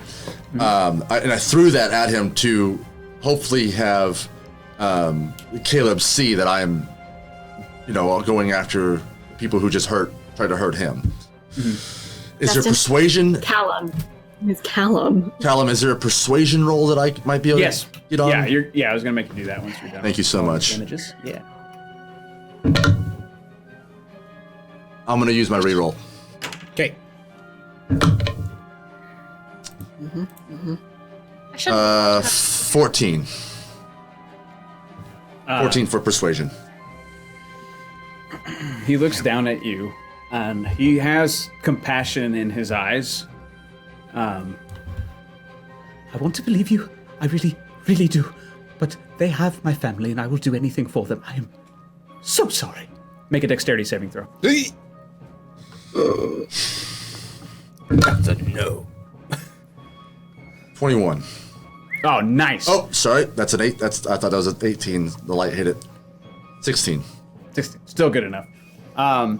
So basically, as he says, "So sorry," you feel the air displace behind your head. You can feel like the wind kind of in your hair shift in an unnatural way, and you're able to turn just in time to see a massive palm coming like to smash where you were, and you're able to kind of like slide down a couple rungs or steps on the golem to dodge it. So unless you would like to jump off, you are still currently on. You could continue this conversation in a bit, but that's up to you. I'll hang on. Okay. I'll bonus action call my Thanks, Manly Mutt. call my tomahawk back. So slide down, call it back real fast, and catch it. Awesome. That's my turn. All right. Manly Mutt just tipped. Thank you very much, Manly Mutt. One of Kurluk's warlocks uses telepathy to tell Tiny Toes, "Remember your family.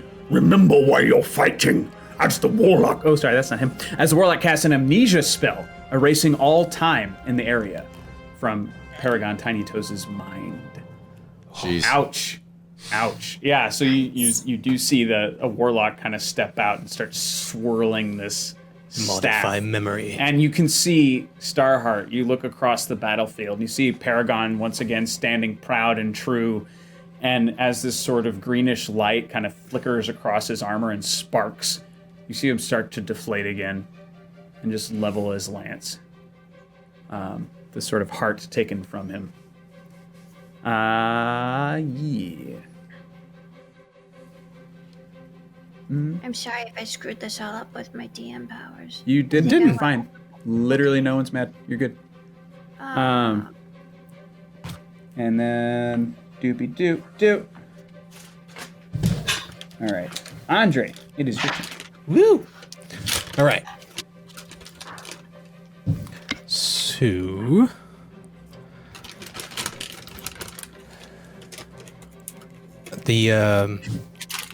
So the Yanti's gone. Yes. I'm gonna go after Bonesaw. Nice. Yeah, he's prone on the ground with an axe hole in his back. Oh, okay. What an axe hole. What an asshole. Ring! I believe this axe belongs to you. Okay, so I will send a guiding bolt at him. All right.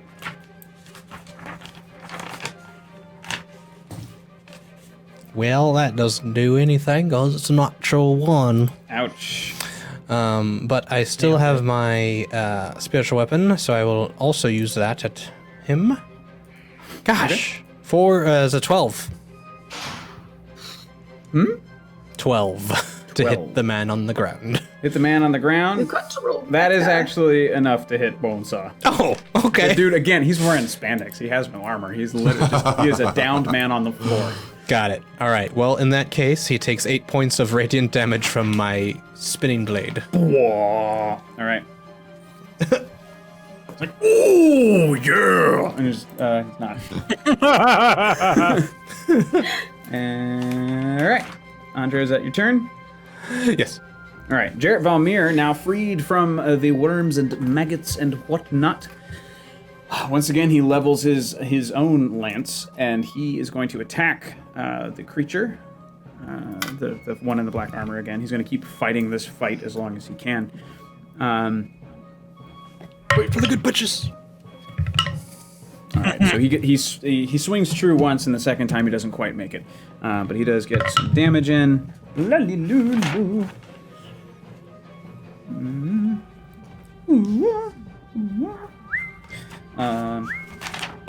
All right. Now. No, he's gonna wait on that. What else is there? He's gonna use one of his legendary actions against Jarrett. This particular critter made of worms and larvae. And he's going to make an attack against Jarrett.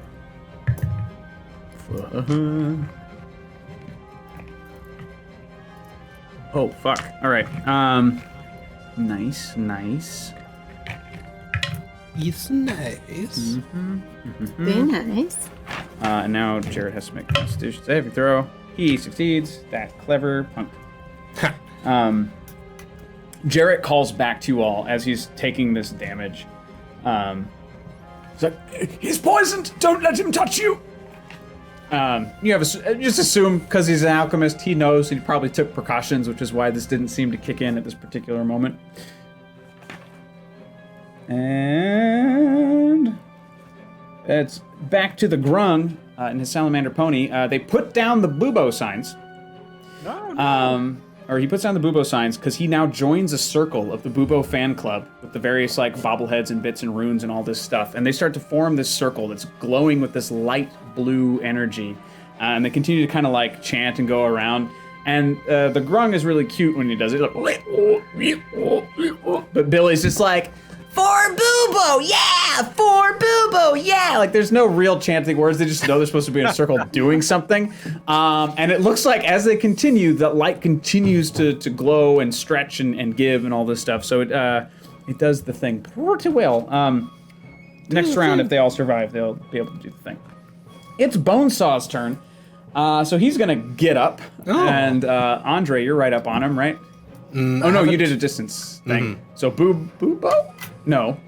Chiwa, but Chiwa's on the golem. He just stands up. What happened? What? And he's gonna run after Peter. He's gonna charge Paragon, because Paragon's attacking Mongoose, so he's gonna go attack Paragon. Oh, sorry, no, he's gonna attack Paragon. Yeah, he's gonna attack Paragon.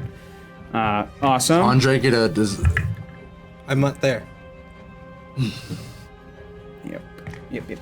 All right, so Paragon, you see Bonesaw like run up to Paragon, and this would be impressive if this was a full-size human, because he's picking up a gnome. It doesn't look like much, so he picks up Paragon and just like, oh yeah, and smashes him over his knee and then throws him to the ground. You see Paragon just roll a couple times before hitting the ground, but he's back up on his feet pretty quickly. It doesn't keep him down. It just it hits him for a little bit.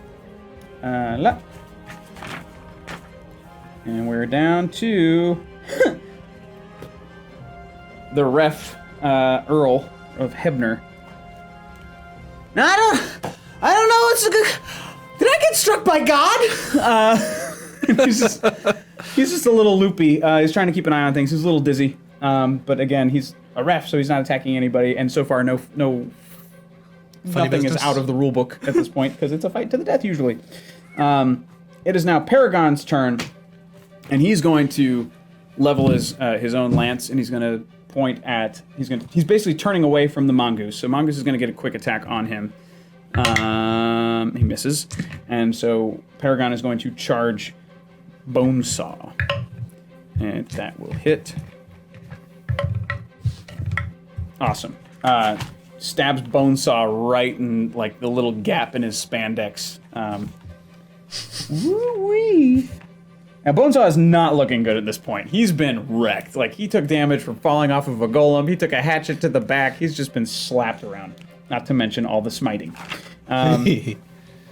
So Paragon's down. It is now the beard creature's turn.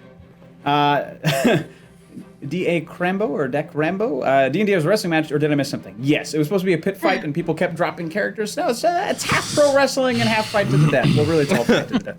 Well, it's kind of amazing, actually. And, sorry, so now we're going to be everybody who is... Oh, fuck, it's going to be the Mongoose, Jarrett, Bonesaw, and Paragon, and Starheart. So Mongoose, Bonesaw, Jarrett, Paragon, and Starheart all need to make... hold on, let me get this up real quick. This is going to be bad news. I'm with them too, Danny. You are, right. Yeah. You as well. Please make a... Hold up. Constitution saving throw. Constitution. Oh, I have plus on this because it's not dexterity. I'm gonna use my reroll, Ryan. All right. I'm gonna use my reroll too. All right. Oh, I'm using a different dice too. Right. Okay, sure. 19. Okay, that's All right. 16. All right. Up Cool. from 4. All right. Give me 2 seconds. Let me roll this damage. You got. Oh boy.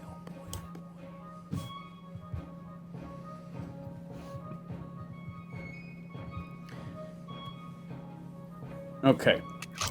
So you see all the larvae kind of like as they've been sort of spreading across the field in this almost kind of like sluggish manner as it allows them to move. They all kind of bond together really quickly. They hold each other tight underneath the black armor, and you see this radius just extend from its body. And you all manage to move away from it. You're kind of out of it, but you're still going to take half damage. You're going to take 12 necrotic damage as this circle remains on the field. And it's this deep, it's actually a sphere of negative energy. Yeah, so that's going to be out there for a little bit. Can I use my reaction to Hellish Rebuke him? Yeah. I'm gonna point my blade at him and say, "You will burn for this." Can you give me a dexterity saving throw, please? You're trying to beat a 15. Yeah. Fail. Awesome. You're gonna take 2d10 fire damage. Alright. Not crazy. That's 11 points of fire damage. It's something. Yeah. Awesome. Oh, wait. That was at second level, so I'm gonna add another d10. Oh, plus I forgot about the d10 Other from D10. Heart. All So the let me D10. add the rest of that damage. Sorry, Yeah. let me finish. Aura Maybe add some more damage? damage. Never. 600 points of damage. Right? Is he It's dead only 7 more. Relax. It's only 7 more. All right.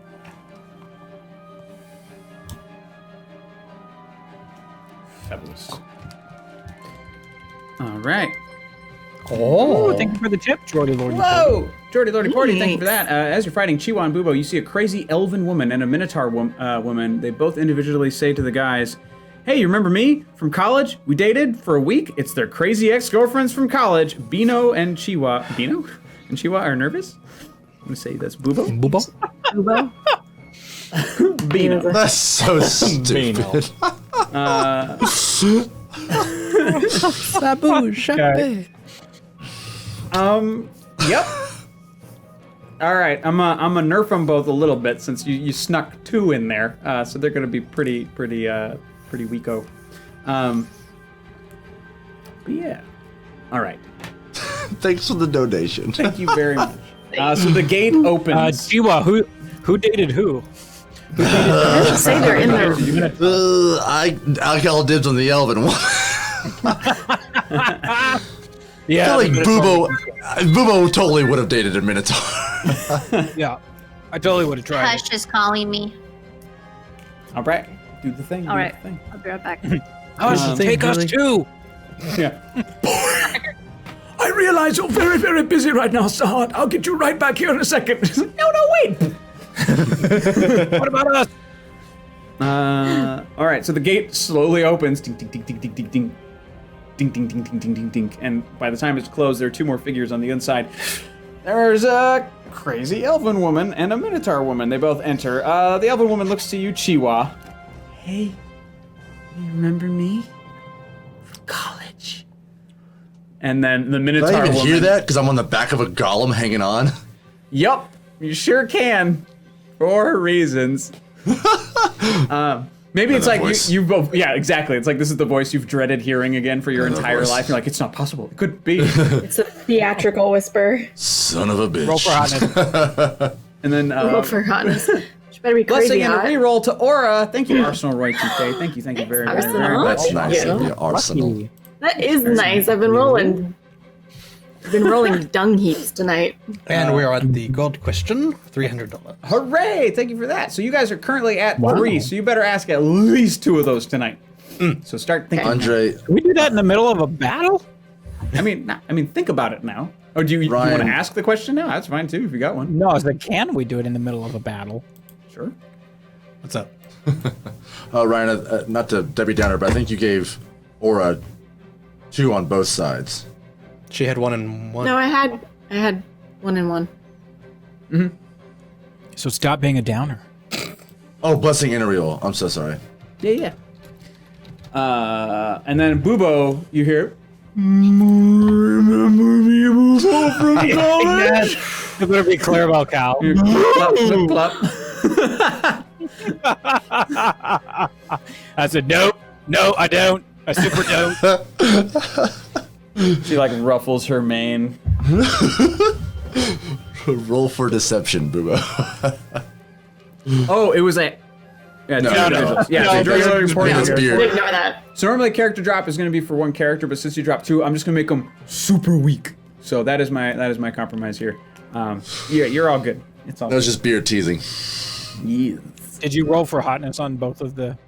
Oh, I can. I did. I should. Let's see. The elf is an 8. The minotaur is a 5. That sounds about Yeah. right. That sounds about right. That's to be expected. Alrighty. Ubo, was that in your like awkward phase in college when you had Boobo like got dared. braces? Boobo totally got dared to do I that. didn't have an awkward phase. I didn't. Like, moo, we signed up just to kick your ass, not kiss your ass. Boobo told his buddies, he goes, watch this, I'm gonna pick the ugliest girl in this school and I'm gonna make her the... She, Make her the prom she's all queen. mad at her. Yeah. Prom queen. She's all mad at her. That's funny. Right. So that one's dead. That one's dead. We did that too. Right. So he. Wait. Fuck. Who just went? Paragon went. No. No. Fuck. No, the dark knight. The sphere, someone, Okay. he made a sphere. And Because then, we just took necrotic damage, and I hellish rebuked him. Perfect. All right. Yes, that was his turn. Thank you. So Billy, had one of the Bubo fan club, and the Grung. You can see that blue light starting to kind of lift above them and reach over the arena, starting to stretch a little bit. It's becoming a little bit more obvious what they're trying to do. And then it's now Shenna's turn, little shadow Starheart, who had disappeared into the shadows before, and now erupts slowly from the center of the arena right next to the ref, and she just lights a cigarette. And it's odd because light doesn't hit her in the same way. It's like where light would, it's kind of like, Mr. Negative Spider-Man, right? So it's like as the light hits her, that's the shadow, and where the shadows would be, that's where the light is. But yeah, she lights a cigarette, and she just smokes. Which I means thought- it's I thought- literally impossible to kick her where the sun don't shine. I thought I thought she imbued with She was Starheart. enveloped. Oh, you're right. She's not a separate being anymore. You're 100% correct. That didn't happen. I'm a liar. Oh, reverse. Then it's now Pickle's turn. Didn't get destroyed by the lightning? No, shockingly. Literally. Shockingly Oh, not. he'd be a fried pickle. But he's Delicious. not doing great. He's really not doing great. Like, you think that some big old glowy guy in the sky is gonna stop me from stabbing you with my stupid knife? Yes. I'm gonna stab you with my stupid knife! And he stabs you with his stupid knife. Oh, God, no. And I No, he doesn't. I duck dodge. He trips and he falls on his knife because he got that one. Who was he attacking? He was attacking Bubo because he was behind Bubo while he was kill him attacking the 1T. That's the end of Pickle. Wow. So Pickle, like, and he just slips in the blood of the 1T, and he's like looking at the Chris knife as he falls, and just like, falls on it. Just, Oh, he's fade. all right, well that was short-lived. Goodbye, Pickle. Big gulp, huh? Well, see you later. We're back up to Aura. He did not have a lot of Alright. hit points See you to later. begin with. All right, I am going to disengage from the Dark Knight punk, and then I'm desperately going to try and look for my stuff because this is stupid. I need my stuff. Come on. They All right. took your stuff. Okay, if it's a perception, it's a 17. Yeah, you find your stuff. Thank God. All right, I'm gonna run over and grab my stuff. And then with my free action, I'm gonna reach my hand into the bag and touch the lightning egg. Nice. Okay. And just under my breath say, Cleth, be with me. And hope that does something. And then, I don't know where my stuff was in relation to where everyone else is. Okay, so your stuff is thankfully just outside the big evil sphere of thing. It's actually it's done its thing and it's disappeared. I misread it. It's instantaneous, so it's just gone. I believe. I don't think it lasts. Okay. Yeah, so it's gone. But yeah, so it's your stuff is kind of over by where the on the other side of the armor guy. So the larva dude. But with your current ability to teleport, you could get there very easily without any sort of problems. I thought I was already near him because he hit me with the necrotic damage. Yeah, you're in front of him. It's on the other side of him, so you see it behind him. I'm saying you can teleport without getting like a reaction hit or anything like that, or an attack of opportunity. Oh, instead of using it's a bonus action regardless. Yeah. I was just gonna disengage, but I'll just do that then. I'll just bonus action teleport to my stuff. Yeah. Grab it, touch the egg, say the prayer, and then seeing that he's close, bless you, I'll call it an action to get out the heartache dagger. If I haven't moved yet, so I'll use my movement to get behind him. So Jarrett and I are flanking him, and then I'll go second action attack. Thirsting Blade, and I already used a bonus action, so it'll just be those 2 attacks. All right. And would I have advantage since I'm flanking with Jarrett? Ooh, thanks for the raid, TPK Roleplay. Thank you Hi, for the welcome. raid. Welcome, friends. Thanks for joining us. We're in the middle of a large pit battle. That's also kind of part wrestling match because the chat has been wonderful and has dropped a lot of characters for this particular fight. But thanks, everybody. Welcome. Mr. Rogers' Bloodstained Sweater, the victor. Oh, sorry. Best freaking name. God, I love that song. Anyway. Okay, the first one is a dirty 20. Dirty 20 will hit. Okay. And then the second one is a 20. Thanks for the follow. It's a 20. Sorry, thanks for if the it's bits. 25 to hit. Good. Okay, 25 on the second one. So this, I've got that damage, and then sneak attack, which is 3d6. Whoa! Wow, look at all the Thank you for gifted gifting those subs. things. Thank you very, very much. Thanks for the support, everybody. TPK Roleplay is also a great guy, Mr. Rogers Bloodstained Sweater. Well, that's good to know. That's good to know. Woo, woo, woo. This is the part where Aura, if you're new, this is the part where Aura calculates all of her damage. And then this is where we take up about knitting time. or horseback riding or any such hobbies that we can pass the time with. This intermission is brought to you by our Thank you for the sponsors at Wormwood Gaming. That's true. For you to roll all your damage dice efficiently. Oh, hey, you know what happened just now? No. I do. We hit $300. I didn't actually say it at the top like I was gonna. But there we because go. we just hit $300 or a little bit ago, we're going to give away a $50 gift card to Wormwood, given to us by our wonderful sponsors over at Wormwood. So we can do this while Aura calculates all our damage. So get active in the chat. Yeah, so everybody get active in the chat. We're going to give away, so it's not a physical card, it is a code. So winner will contact me either here in a whisper or preferably on Discord. Message me on Discord. In our Discord, I am Danny, / perception check. I'm very easy to find. I'm there. I'm everywhere.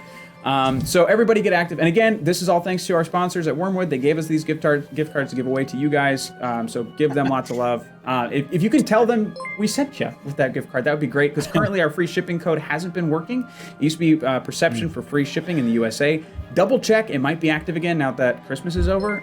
But check for us. Thank you for the follow, Equilibrium. And thank you for the follow, Kay Lindris. Thank you very much. And Jonesy Slabs. TPK. Thank you, everybody. Equilibrium 69, TPK says, so wait, we have to exercise now? And I'm like, yeah, exercise your fingers on your keyboards and get active in the chat. That's right. That's right. So Danny, as everyone's being active in the chat, the D10 from Diva, is that just once per turn or is that on every hit? I'm going to say once per turn so it doesn't completely nuke my life. No worries. Yeah. Just asking. No, you're good.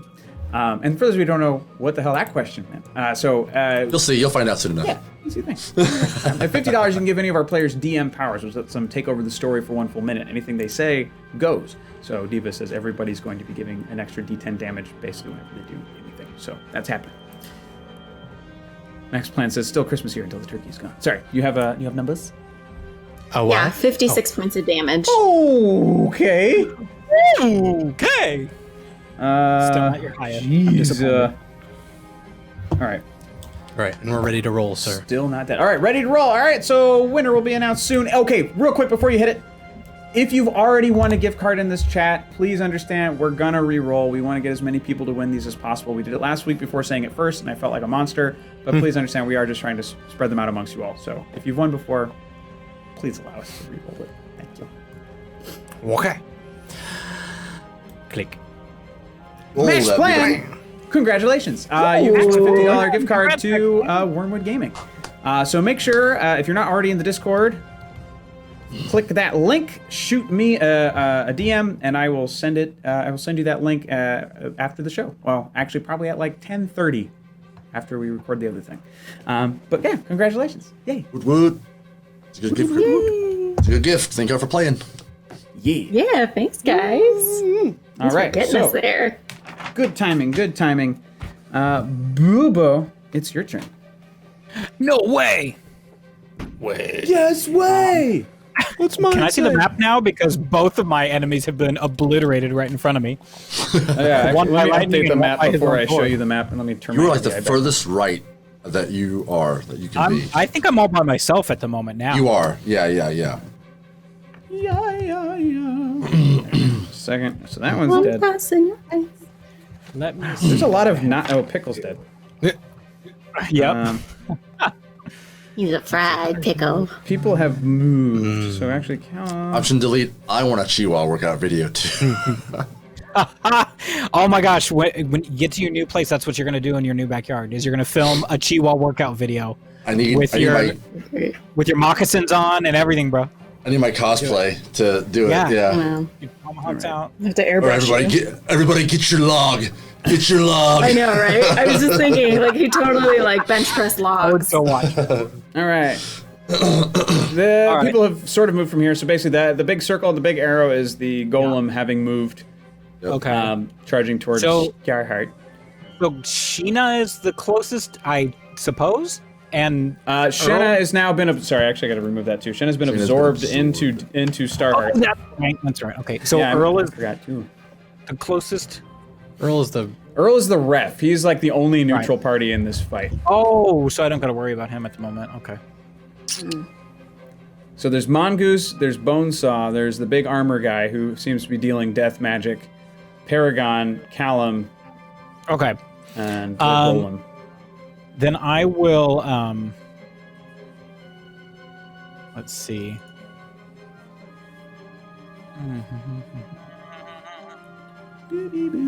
I will use bonus action to move my hunter's mark to the giant golem. Ooh, look at Remember at that? Remember that, I everybody? remember that. You remember? I can see double of my face. Yeah, so I'll bonus action move my hunter's mark to the golem, and then I will jam my staff into the ground, attempting to restrain the golem's feet. Ooh, all right. Okay.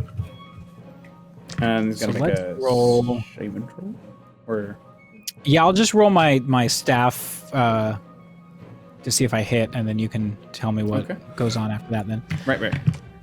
All right, that's a 17. That on the golem, right? That will. To sprout things to grab the golem's feet. Yeah, that should actually do it. His AC is higher, but for this particular thing, I think I'm allow it. Yeah, so we'll just say that happens. So it slows it down. They start to creep up his feet. It looks like he's still strong enough to tear through it, but it's going to slow him down at least for a turn. That's good. That's what I'll take that. Yeah. All right. Is that the extent of your turn? Yeah, because my bonus action was moving Hunter's Mark. Which would Hunter's Mark take damage on an attack like that? This is just a restraint thing, right? Yeah, it wasn't like a damage. Yeah. So no, Tag. he wouldn't have this. Okay. one. Yep, then that's it. Would be Starheart's turn, so whenever she pops back in, I'm going to let her take her turn. And now it is Callum and the Golem's turn. So he's continuing to march it forward. Got your message, Max Plan. We'll solve that after the show. Thank you. Done. So he continues to try to march forward because he's got this very fluid control of his golem. You can realize that just like he just thinks the thing and it happens. So he's not used to any sort of resistance due to the size of this construct, and it jolts. And he and the golem have to sort of simultaneously save this moment to keep from kind of losing balance. All right, so he manages to right himself. So like one foot kind of breaks through the vines and is able to catch him at the last second, but that back foot is still anchored to the ground. And Callum is going to take this moment to kind of have a quick speech or a quick moment with Chiwa, who's still hanging on. Not a monologue. No time for a monologue. All right. Say I believe you. What's going to happen when it comes down to the two of us? You take me out. Easy as that. Now, You are. do you know if I'm sorry. We have another character. do you know that either way, if you win, your family is safe, or if you get defeated, your family is safe? Wait, what? Say that again. Caleb, if we're the last two, I will lay down my life. Now listen, because we know your bloodline is true and what needs to happen to save the king. Now, do you know if your family's safe, whether or not you win or not? I don't. I just do what they say, and they tell me that they're not going to harm them. You help us right now. I swear to Sahlen, we will get you out and your family safe. Make a persuasion check, but with advantage, because he really wants to believe you. I really want to believe me too. And thank you, Arsenal2K, for that drop. That was Dark Starheart's evil unicorn steed, Crabapple, there to look for his master. Dirty 20. Dirty 20. Mother Awesome. stab. Thank you for the follow. Rex. Oh, die, but Just tell me who not to kill. And then we're going to move on from there. Starheart, we'll let you take your turn now. Okay, who's around? Still. You are still right in front of armor larva dude, who just hit you with some awesome necrotic damage. And thank you for the follow, Oedipus Rex. I will do some damage. Damage. I'm gonna do some damage. Oh, I didn't. I did say everyone save myself got an extra d10 because I had something else that I was gonna have that I didn't get to. So, I forgot to. Oh, I didn't play it. Never mind. I am going to. What's the golem doing? Actually, I don't know if you'd be privy to this because they're on the backside of the golem. But Chiwa and the prince were just having a conversation, and the prince has just been convinced to not attack you all. But also, the golem's left monstrous foot is currently anchored to the ground, so he's not going to get to you probably for another turn or so. Even now, he probably won't attack you, but you're not privy to this. You just saw him. The last thing you saw this golem do is try to charge you and get slowed by Bubo's magic. Okay, yeah, I just wanted to know what's up with the golem because I want to try some things. Okay, I am going to use my spiritual weapon at creepy larva guy. Mm-hmm. 1, 2, 3, 4, 5 spell slots at hand. Whoop, that fell on the desk. I get. It says yeet. Yeah. I like the So yeets. that's 20. Plus 6, so 26. Mhm. Okay, so I'm grabbing the right dice right now. I would like everyone to know this. She says that she grabbed the wrong one the first time. Oh goodness, that's not very good. But double it. 22 star heart damage. Bludgeoning. Did you, Starheart, Diva, from Wild Magic, the next spell you were supposed to cast, you were supposed to do max damage. Have you, I don't think you've cast a spell since then, so it would be this one. This is it. Thank you. So Max damage. So Max. let me just So grab the max amount of dice you would and roll. then doubled, Damage. 36. because it's a natural 20. 36. And then Diva, did you double it because you got a natural 20? Yeah, so the most I would get would be 18 from that one. How many? What is your dice that you're rolling for that spell?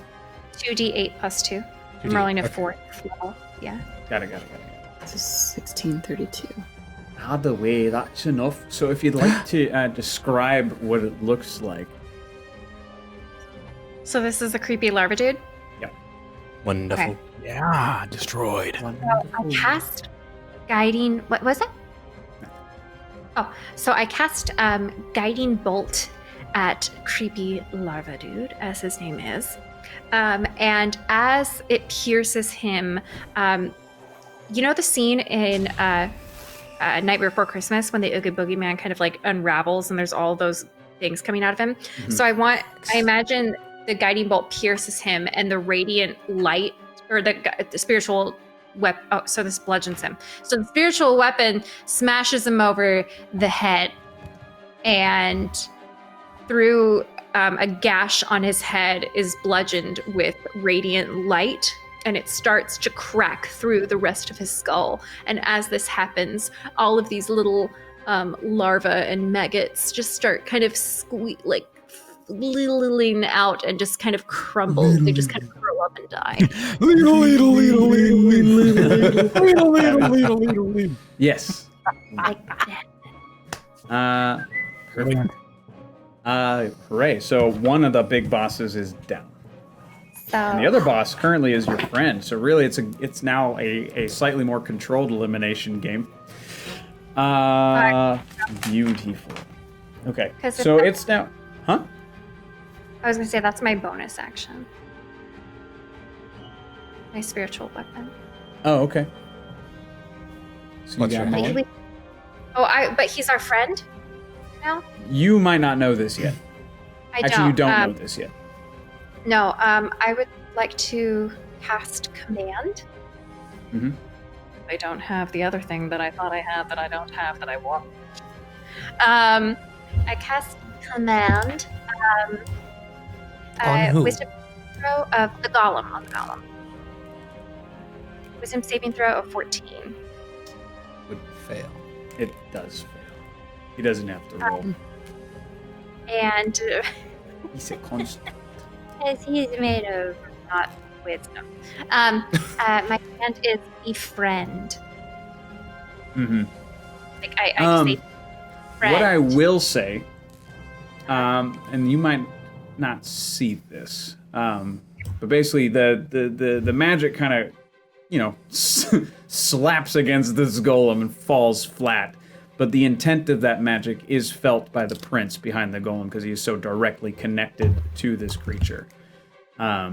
So he immediately kind of like pulls back the reins as far as moving in the direction to attack you.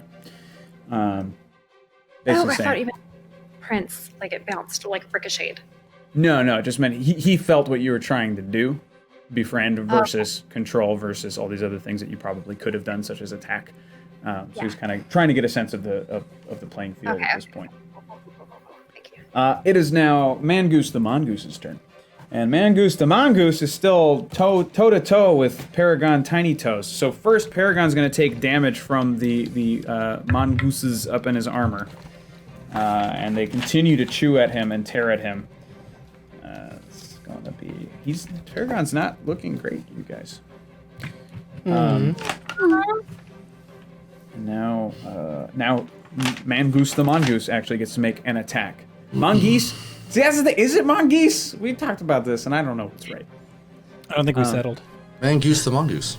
Plural of mangoose? Mongoose. Because there are mongooses, mongoose, all up in Paragon's armor. It's one of those stupid words that the rules change with the suffix depending on. Depending I on don't think it would be mongooses. That can't be right. According to Merriam-Webster, it's mongooses. Mongooses. Oh, all right. no. Oh. You never know, right? That's always wrong. So he rolled in that one. Mangoose the Mongoose. Good.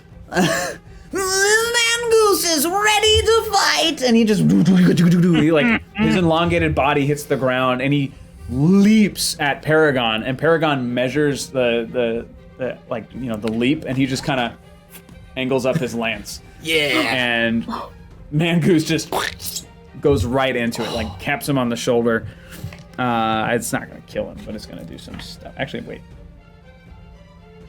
Yeah, it's not gonna kill him. Probably not anyway. No. All right. But yeah, so he's outmatched as far as fighting ability with Paragon, it seems. Randall's dead. Chiwa, it's your turn. Gillum, I can see that you want to believe. Don't hit the small dark one. Don't hit the small female bright one. How Don't about just hit tell the... me which one to hit?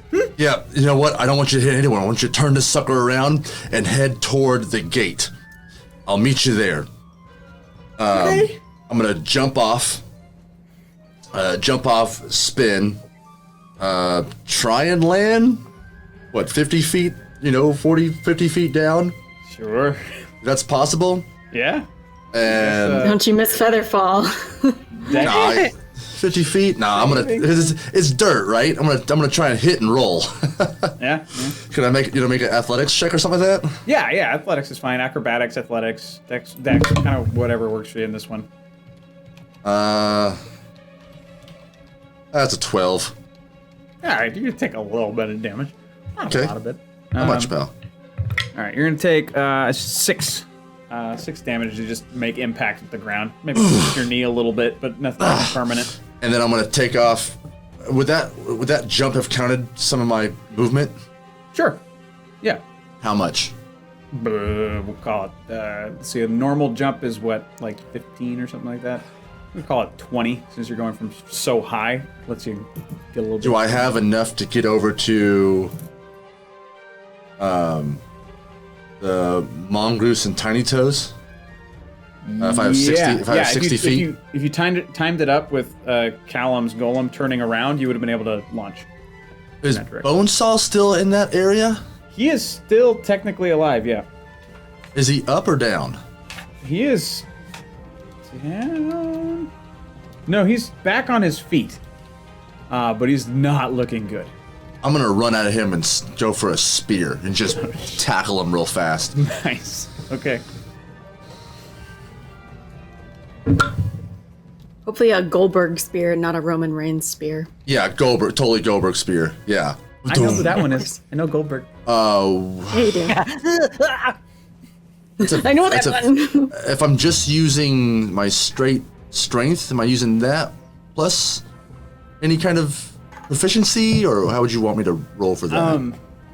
Yeah, I mean whatever strength pluses you would get. Would it be like a as if grapple? you're doing like an arm strike or a grapple or something like that. Whatever that would be for you. So it's 15 with straight strength or 19 with the proficiency on top of that. Yeah, you get him. You take him back to the ground. Boom. Tackle him down. Does that cause any kind of damage at all? Any kind of like or is it just a grapple? Yeah, just make like an unarmed strike. He'll take a little bit of damage just from you doing it. D4 to. No, Sir Grunt. The axe was yanked out of his back. 7 points of damage. 7. Oh my god. Oh, You sorry. add your D10 from Starheart. Oh crap! 17 points of damage. I spear him and just and like the radiant damage just blasts from me. Yeah, and it ruins him. Tell me how that spear murders Bonesaw McGraw. It doesn't murder him. It knocks him out. Oh, knocks him out. Okay. So Yep. I claim unviolent attack or non-lethal. Non-lethal. Thank you. Non-lethal. Hey, gentleman Bowtie, how's it going, buddy? Congratulations, friend. I take him down. Oh, good. Hey, Connor. And Rissy. I tackle him and then kind of one knee still on top of his chest there, and then look at Tiny Toes and Mongoose to see what's going on. But then I set my eyes. I'm all in haste right now, so this is why I'm able to do a little bit more. I think. I'm looking at Kurluk. How high up is he sitting on that thing? He is at the lip, and this one I am going to keep at that height. It's like 200 feet up or something like that. It's a deep pit, and he's sitting on like kind of a just a little ledge that's out sticking out above that, and he's able to look down and see. Next to him is the announcer and his sort of other rallying speaker guy on his other side. All right, that'll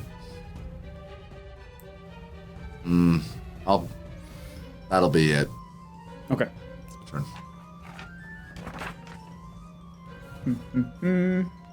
Andre, it's your turn, and now that it's your turn, I think I forgot to do it last time.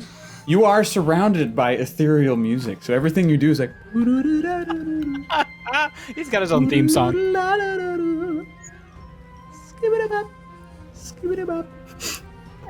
Jazz.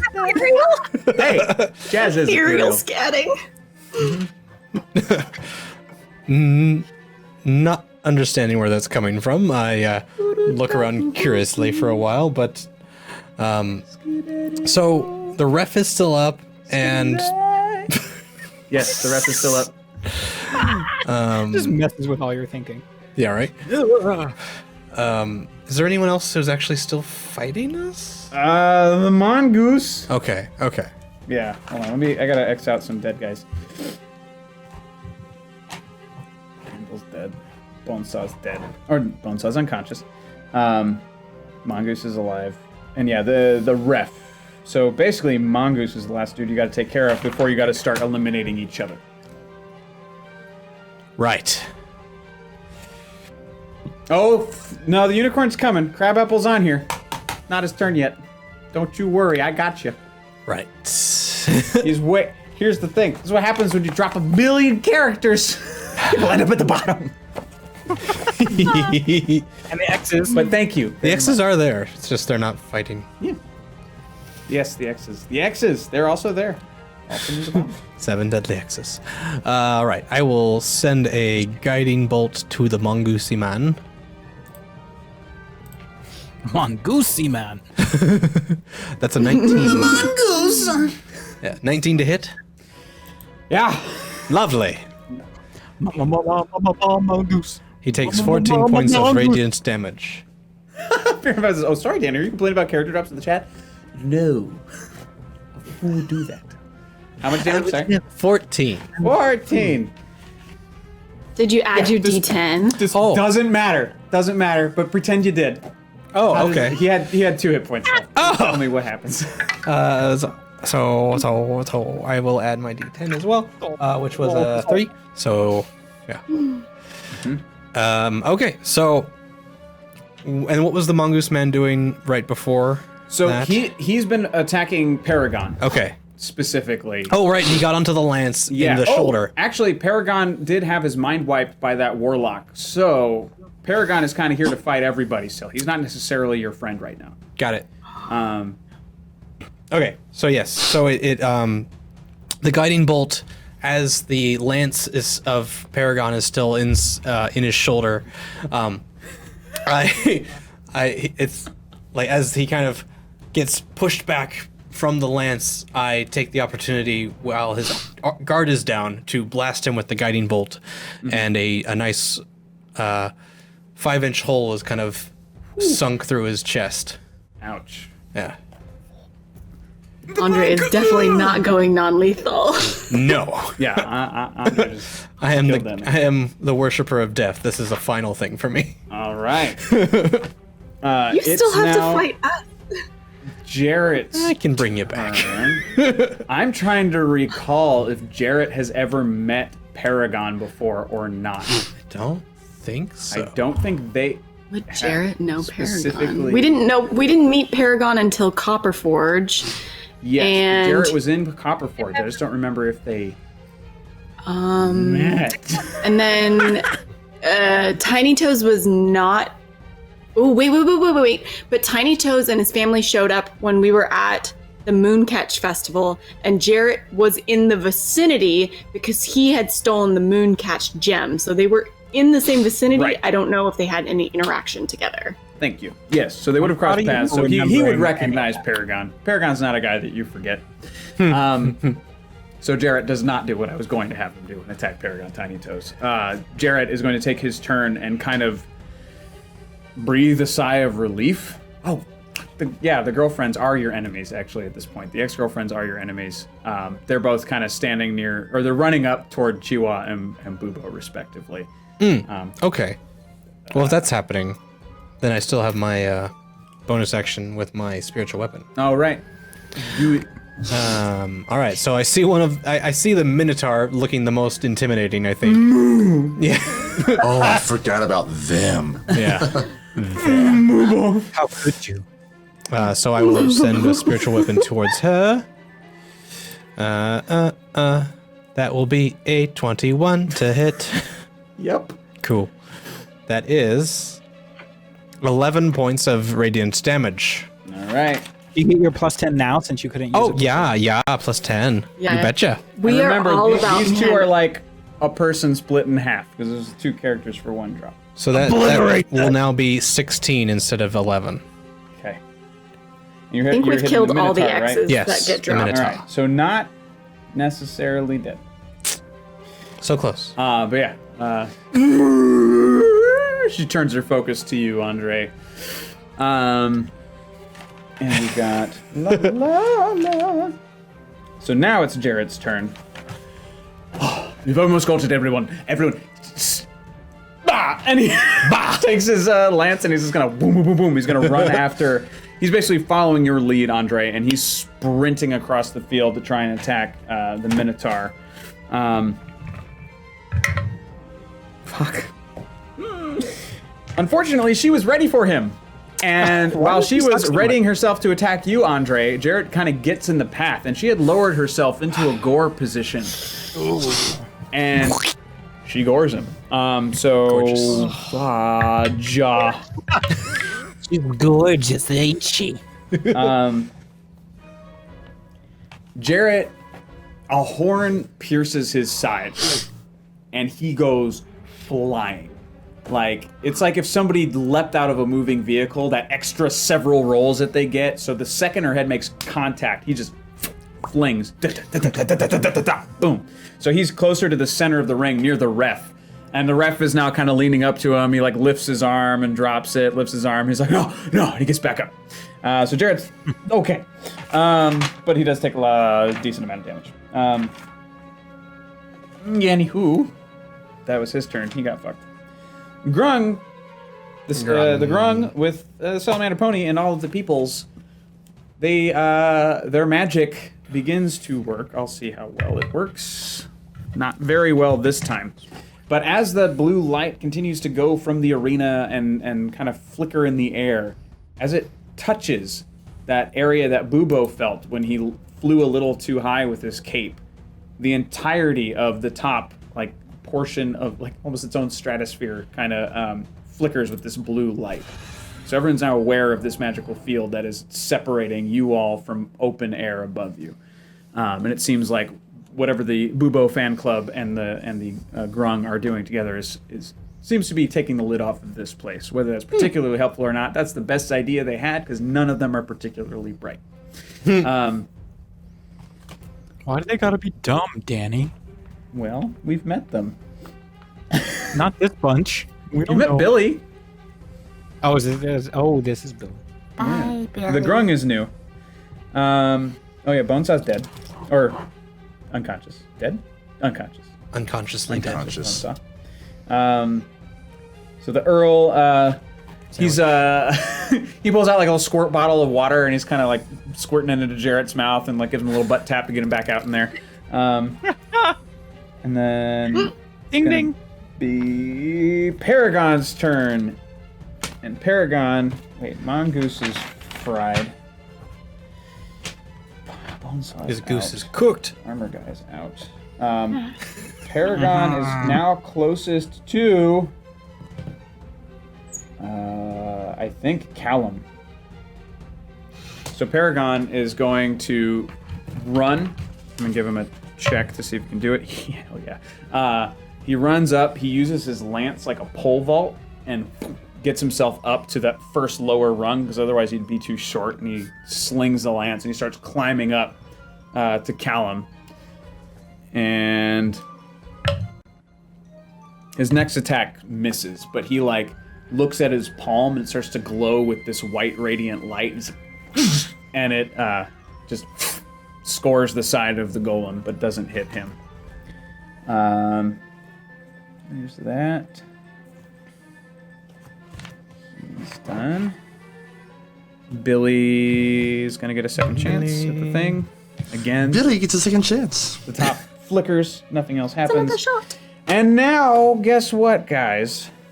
What? You hear the clip clop in the air as a magical being lowers itself from the skies. Clop, clop, clop, clop. Is it glorious? It has a bit of that chain sound to it, though, kind of like the Nazgul steed. It's got the there's like nails and stuff sticking out of it. This is totally like punk rock unicorn. Can we hear can we hear new day rocks as the unicorn is coming down? Yes. No one knows what that is, That was honey. It's for you, curious. Justin. You know what it is.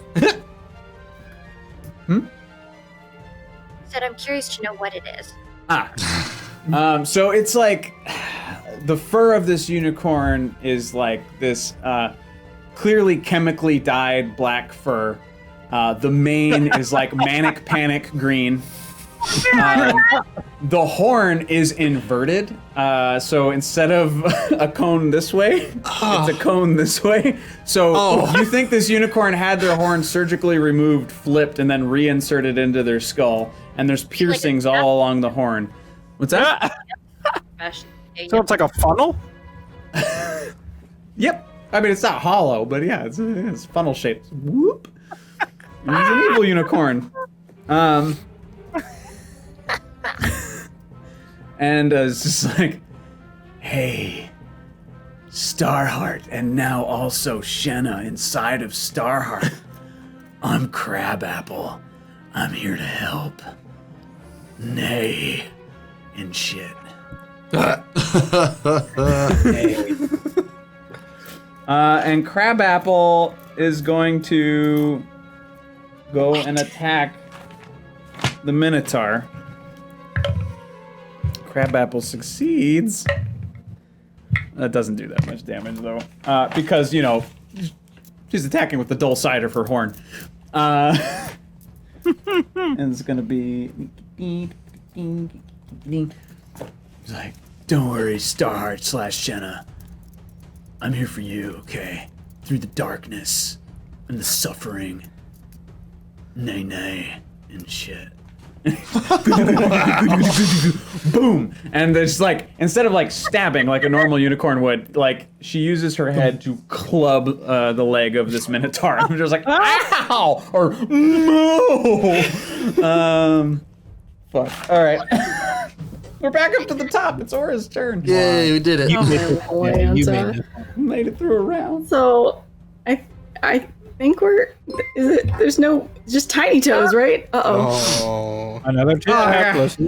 Damn it! I mean, thank you. Peanut Batman says, Kurluk, seeing the fight turning, signals to several of his followers who sit around the bowl. They begin casting a spell that covers the bowl in a large magical cage. That's right, y'all. It's a cage match. You hear Kurluk say, Only one leaves. so yeah, he does that. So the warlock that wiped Paragon's mind begins chanting, which starts a chain reaction of chanting. And just,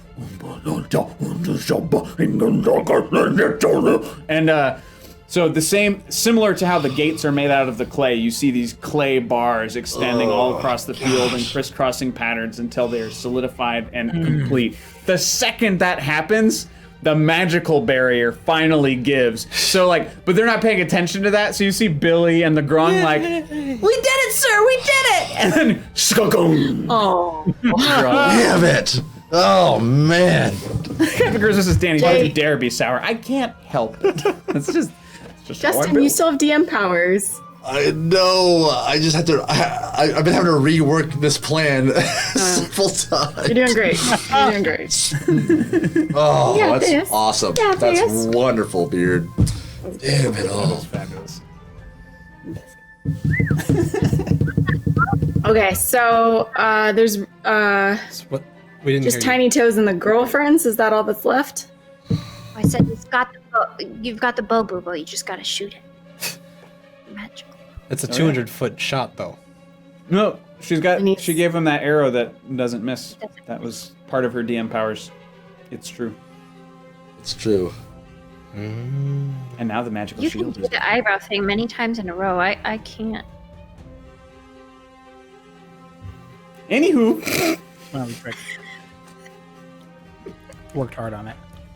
All right, I'm gonna stride to the center of the ring, dragging the Fates along and kind of like drawing a line in the clay. And I'll look all the way up at Kurluk. And I'm gonna say, you've got a bunch of champions down here. Why don't you come and join us? That was fucking what I was gonna say first, Aura. I want to call him out.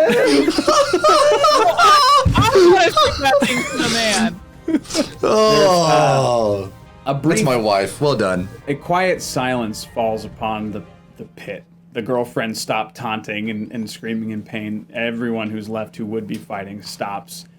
All necks crane in the direction of Kurluk as he looks to you. Rules are rules, little Aura Captain. Only one You champion. scared? You tempt me. If you want revenge on Whitemane, that's my father. I figured out his name. If you want revenge on Whitemane, why don't you come get down here and get it from me? I see no champions down there. The only champion is the last one standing. Your whole army down here knows the damage I've done to your army. You're right. They do. Boys! Yeah. And then just they start chanting. He lifts his fist again, the scepter in his hand. You see the gate slightly open. You see some of the clay reform from the stands into a sort of a slide. And a few of the orcs jump in. Here we go. Yeah. This is the fun part, sweetheart. So I'm gonna say a good 4 of them come down. They're keepers. Is there one near me? Can I? No. So they're coming up from the side. So if you are since you're in the center facing Kurluk, they're sliding down from the right side, coming down this way. But Kurluk continues to look at you. You may not call yourselves champions until you win in the arena. Then you may have an audience with me or a captain. Just who do you think you are? I am a god! It doesn't matter who you are! In Infernal, I would like to address. You got that one. Good. Yes. Oh, so good. So good. In Infernal, I address Thal Alhoun. Ooh. Thal Alhoun. I am Aura Stone, champion of Clef, freer of the Quailem, and destroyer of Kurluk's original army. You are foolish to pair yourself with a weak coward as Kurluk, who hides behind his army, his men, who only stand by him because he holds their loved ones hostage. Why don't you choose a real champion? Join me and together we will conquer, instead of hiding behind mountains and behind walls. And as I'm saying that, my hand is in my my satchel, and I'm just gonna hold my action. And just wait. Right. Okay. You hear. What are you doing? You can see that resolved form of Kurluk, which is a sort of soft mix between Thalahun and him. It starts to degrade a little bit as the blubbery mass begins to push forward, as the facial features of Kurluk are pushed back. It becomes more blobular, more eyes open where there weren't eyes before. As the mouth slides, it continues to slide, more teeth, more mouths, all of this. He doesn't break from the bond. You give yourself openly to me.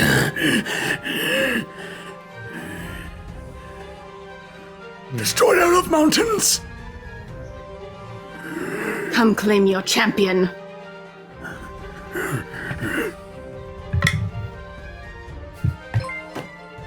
Wow! DM powers for Bubo, that quiet, calculating hoser. Thank you, Option Delete. Thank you very, very much. Happy end of the year, Option Delete. Thank you for that. I just rolled for him. Holy shit. Holy shit. Shit of holies. The process continues. Kurluk begins to sort of emerge from the back.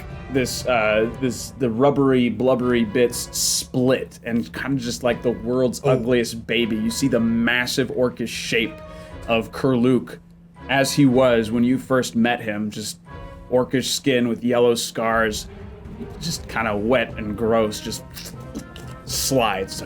No, you're mine. And he continues to grip at Thal, and all those millions of little tendrils that used to burst out of him anytime he would start slicing and attacking, slice at him across the face.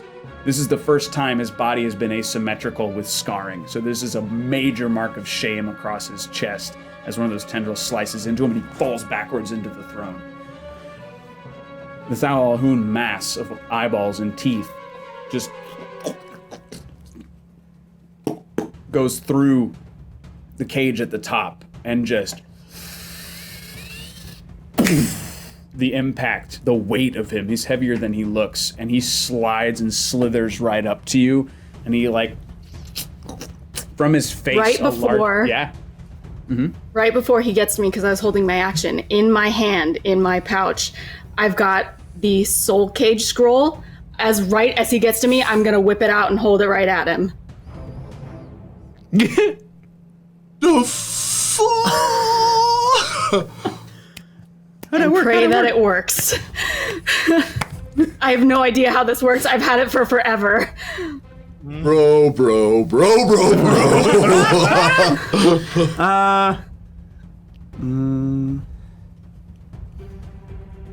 So normally, this is not how Soul Cage works, but I like where your head's at, so we're gonna play this game. Yes. So you basically, the second, like as he's falling, just kind of loop it out. There's a deep ancient magic scrawled into this thing. The runes themselves seem to come alive as it rolls open.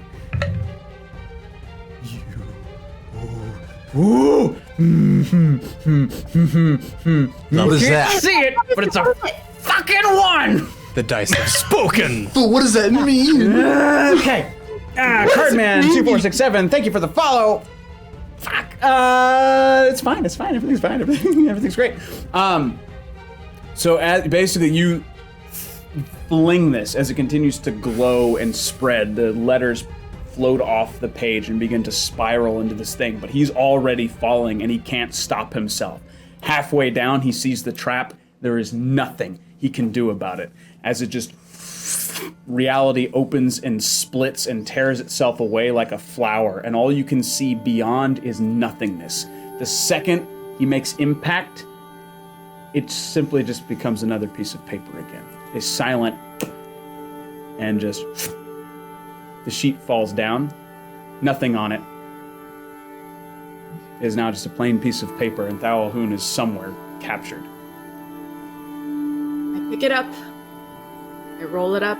I stare at Kurluk, and I put it in my pocket, and I just stand there.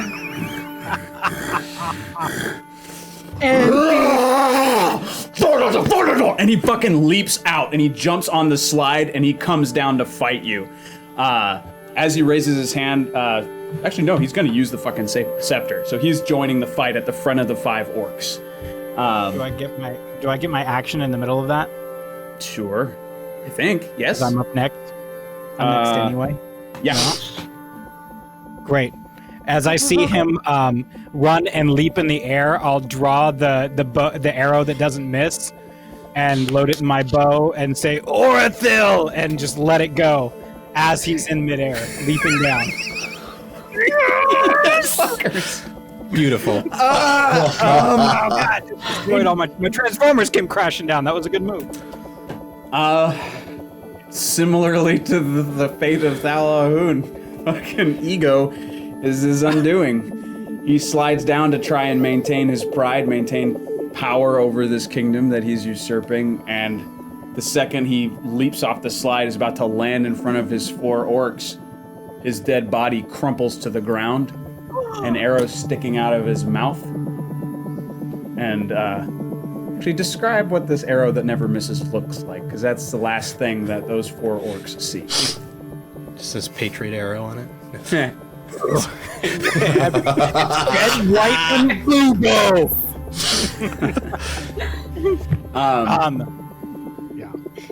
Yeah, so that's great. Oh man. Oh, I want to do something fun with that. Yes. So it's this arrow that never misses because it's like a crazy magical item that was bestowed upon me and like gifted to me. As it goes flying through the air, there's like it's something to the effect of like the Bang banner like kind of unfurls out behind it, and it's just a picture of my face. One of my portraits. Yeah, it's just like it's like pew pew, gotcha, and it just goes. And then as it sticks up into his mouth, the whole banner just goes and like unfurls down in front of him, and you just see me like. Fabulous. I will say, the moment it strikes him dead, the magic on this arrow is expended forever. Yep. But yeah, It's done. so holy shit. And the 2 fell swoops, I should say, you've taken care of Thal Alhun and Kurluk. The 4 orcs in front of you, and at this point we'll just say we're out of combat. Callum marches up with his golem. He was going to go to the gate and try to escape, but he turns around, and you see him no longer a scared little boy. He's standing astride the shoulders of his golem, looking down with power in his eyes and confidence returning to him, knowing that he is able to reclaim this place. There's no mercy in his face, as the massive palms of his golem just, all 4 of them at once, puddles. You're now out of combat, and at this point, you're calling the shots. AI. Yeah. I walk to seeing all of this. Walk slowly with a purpose to Kurluk, kneel down before him and kind of close his eyes with my hands. Look up at all the all the orcs. Stare down back at him.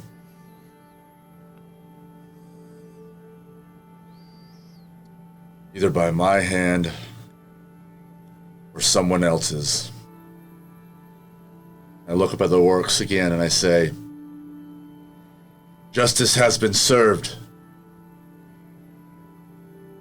Honor will be restored to the Orc Nation. You will no longer trade and deal and live in hate and anger. You will live the way our ancestors lived, by trade, by peace, through honor of fight and competition, not by power and might and ruthless violence. I will let my father, White Mane, know that Kurluk is down. You all know him. You know he's a good leader. And by my help, we as orcs will do what's right in this land.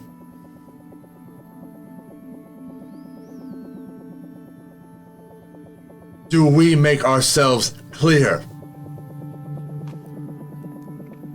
There's a sort of hush of realization as all of this is being absorbed by these almost undefeatable orcs that have been taking nation by nation. But they look amongst each other, and they, at least a few of them, seem to find truth in your words. One of them, up in the viewing area, steps forward. He looks down to you all. I am Orba, son of Klek. I served with White Mane. I will follow White Mane's son in his wisdom.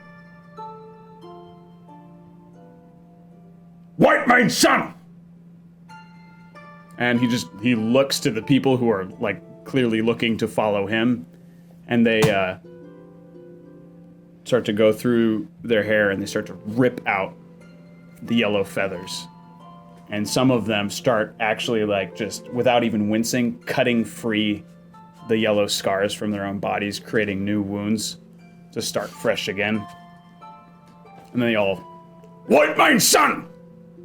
Vorjata! And they just continue to just fucking chant back and forth in common and orcish. They lay down their spears that are also adorned with the yellow. They take out their arrows that have the yellow. And they begin to leave. But Orbur remains behind. He slides down, kind of lands in front of you. He takes the scepter from the dead hands of Kurluk, and he kind of examines it, taps at it a little bit. He looks up at the warlock who was changing things earlier. He's just kind of like... The cages start to open. The gates lift and rise. He hands you the scepter. Give this to the boy. This is not of ours.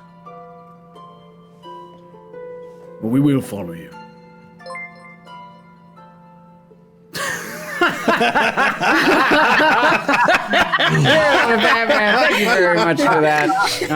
Another orc who has been chiseling a block of baked clay this entire time also slides down. I am Pan, son of Pan. I too will follow you. Would you like a sculpture? I'm really good at it. Oh, I'd like one. And I run over to the dead body of Kurluk, and I put 1 foot up on his chest and stand there proudly with my bow like, struck up in the air. You got it. I take the scepter as I see Bubo do that. Seems fitting. And I look up. First, I look at Starheart, look at Andre, and a nod, and look at Aura like, shit.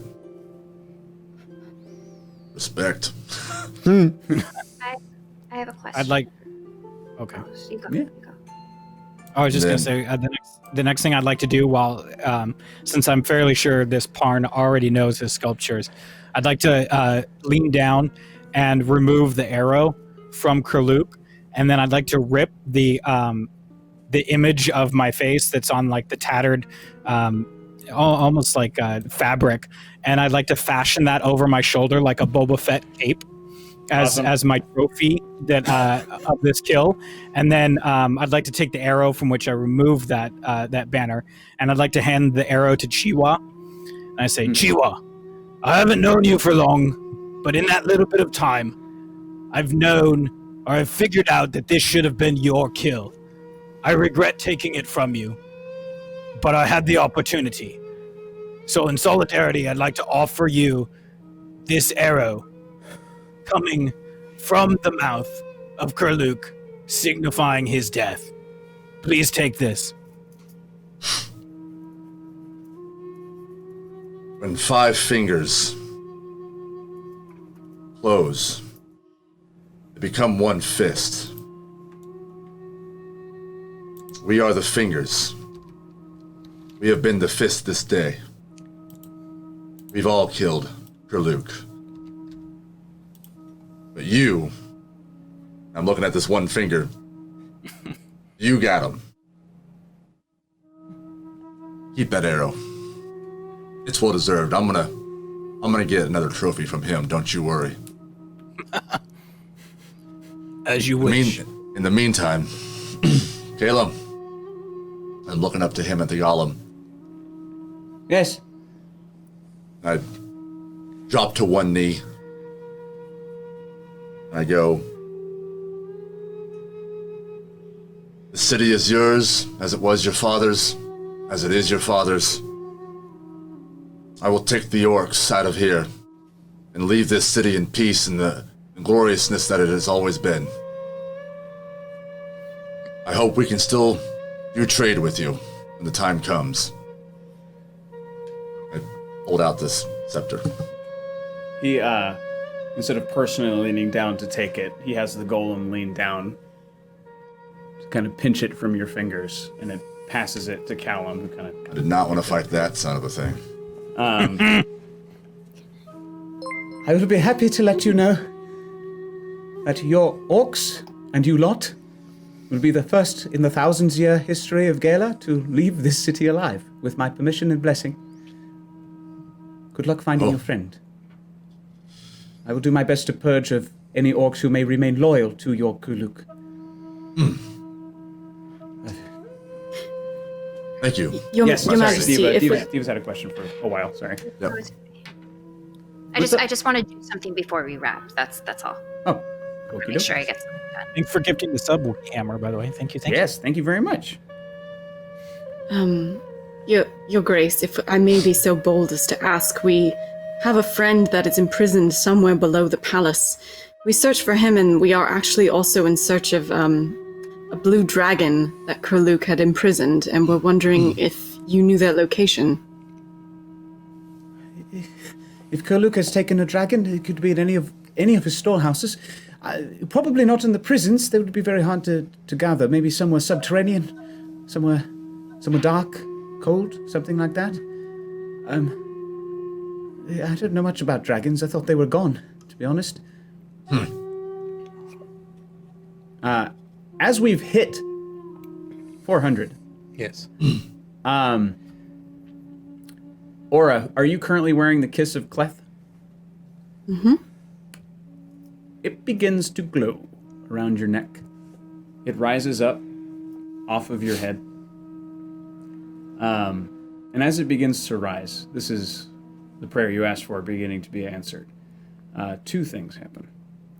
Firstly, the light buzzing egg that you've been holding onto for a while sort of floats alongside it, and Starheart from your bag, the dragon egg, also floats towards that. The necklace cracks. The light dissipates.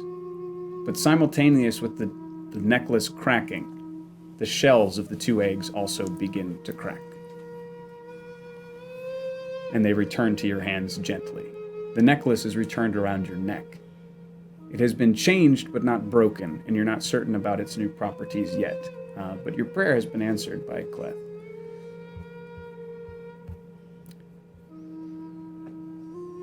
What was that? Should we be worried? That was odd.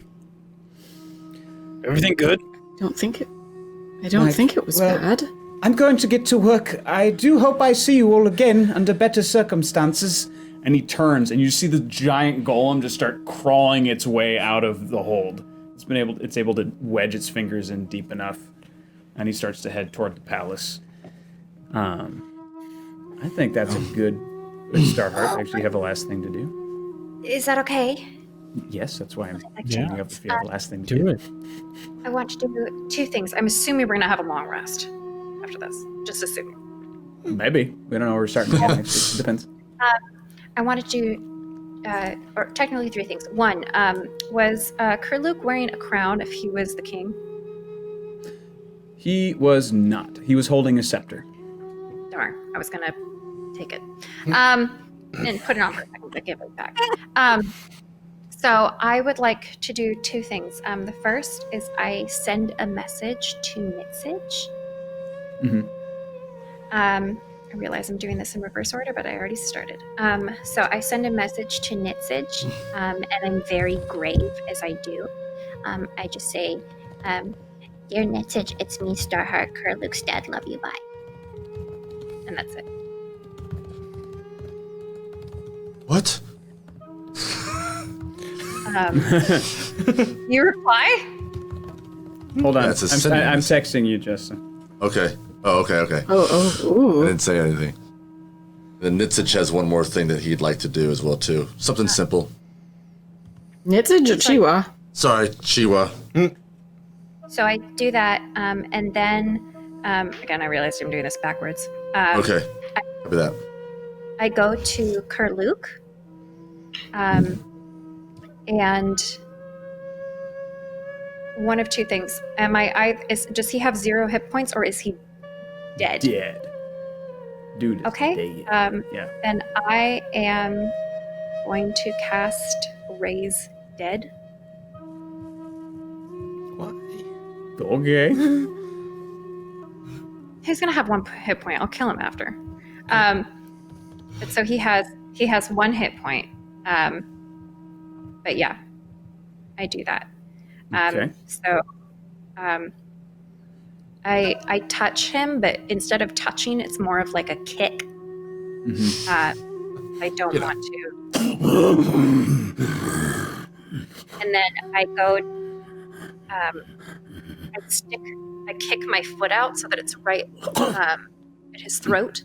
And this is the one with the knuckles.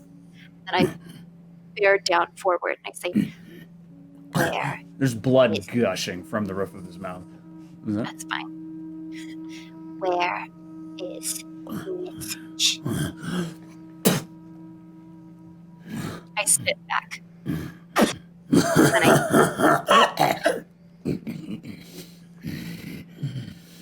if you don't tell me what I want to know, you'll die again. Where is Nitsage? Under the palace.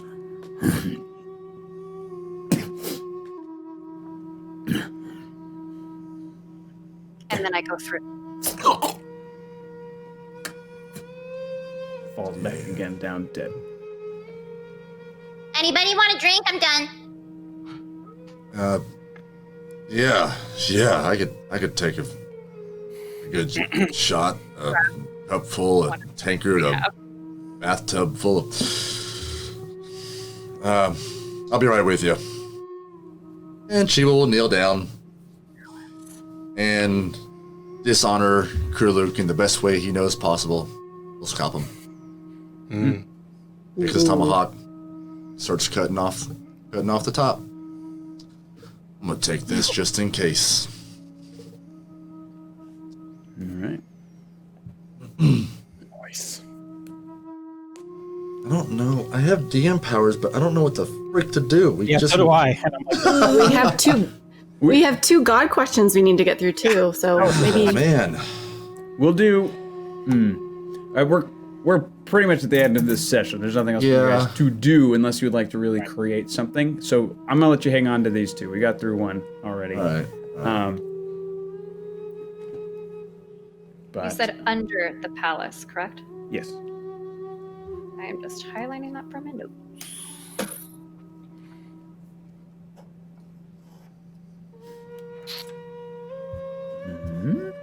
Well, Happy New Year, everybody. I know. Instant long. Starheart, you do hear back from Nitsidge. Starheart, help me. Please. And that's it. He didn't want to bother telling me where he was, more specifically. And that's what we're doing in this session. oh no, We can find him. Hooray! Oh man. That was fucking epic, you guys. Good job, everybody. Good job, chat. Good fucking Happy New Year and stuff. That was awesome. So real quick, I'm gonna now try my end script for the end. Oh, okay. Here we go. Here we go. So thank you so much, everyone, for watching Sahlen's Legacy. If you have any questions about the players or the game, be sure to drop them into our Discord's Sahlen's Legacy thread right now, or fill in the pinned survey at the top. We'll be answering those questions on our Patreon-exclusive talk show, Behind the Legacy. That is, again, Patreon-exclusive, so we were going to cut the stream. That is not a live portion. I have to clarify now, because I realized there was some confusion over the last couple weeks. And that is our Patreon-exclusive talk show called Behind the Legacy, where we talk about this show immediately after we do it, so you can see where our head's at, what's going on, our reactions to all the stuff that you all did. It's super fun. And if you feel like what you've watched tonight is worth at least $1, please consider supporting us on Patreon. We have various tiers with different rewards, including exclusive content, enamel pins, and Patreon-exclusive hangouts and events, and we're constantly working on adding more and more to Patreon, the same way we're looking at adding more and more here. We're again, trying to grow and spread out and do all the things. And again, if you have any questions, want to discover more about us or what we do, or just stay in the loop of all things Perception Studio, please join the Discord. All those links in the chat. And thank you all very, very, very much. And as always, we are going to pay that love forward with a raid.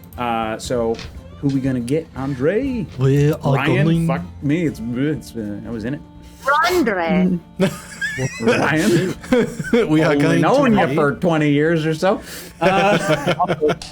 Sahlen's Legacy won't be back for... Yes, Sahlen's Legacy will not be back for 2 weeks, but we will still have shows in this time slot, so please, please, please still show up. Same time, same channel. We're going to have a two-shot for you. So one story broken up over 2 weeks, so make sure you come, watch that, hang out, have lots of fun. And I believe, Guys, confirmed? What's up? I know. I would like to say something real fast. For me and Perception Studio, or for Sahlen's, this year's been really tough. But I know Haley and I have looked forward to Tuesday nights all this year. You've kept us sane. So with the new year coming in, we just want to thank you guys so much for letting us flex our performance muscles, entertain ourselves, and entertain you. Thank you so much for being along for this ride that we've been on this year. Thanks and much love. Really appreciate it. Thank you, man. God. guys. I feel the same way. This is my medicine. It's good medicine. Hey, thank you for someone just joined the Patreon. Holy shit, thank you. And we're just about to send out pins, so make sure you add your address in your Patreon. If you're tier 3 or above, add your address so we can get you your pins. The pins are here, but we need your addresses to get them to you, so please do that. And those are exclusive. Anyone who signs up tier 3 and above will get that pin. It's the only way you can get that specific pin. There will be other pins in the future that will be for sale. Not these ones. These are just for signing up. That's it. Come back Thursday and hang out with us New Year's Eve. Yes, New Year's Eve. We're going to be starting at 4 p.m. with a hangout, and then we're going to go all day until just after midnight. So stick around with us. We've got plenty of programming. We'll break that down further in the Discord, which is why you should join it. Yay. Thank you. Thank you for that. And who are we raiding, Ryan? We are Nerdsmith.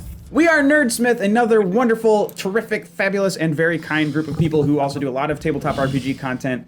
We met them at a convention, and we've been friends ever since. They're so lots of fun. Give them all the love. And yeah. Get it done. Bye-bye. Bye, guys. Bye, Much guys. If we love. don't see you, Happy New Year. Look Happy for our New Year. shirts. Hey, thanks for the follow. Bring back the board. Much appreciated. Oh. Bye, everybody. We don't want to-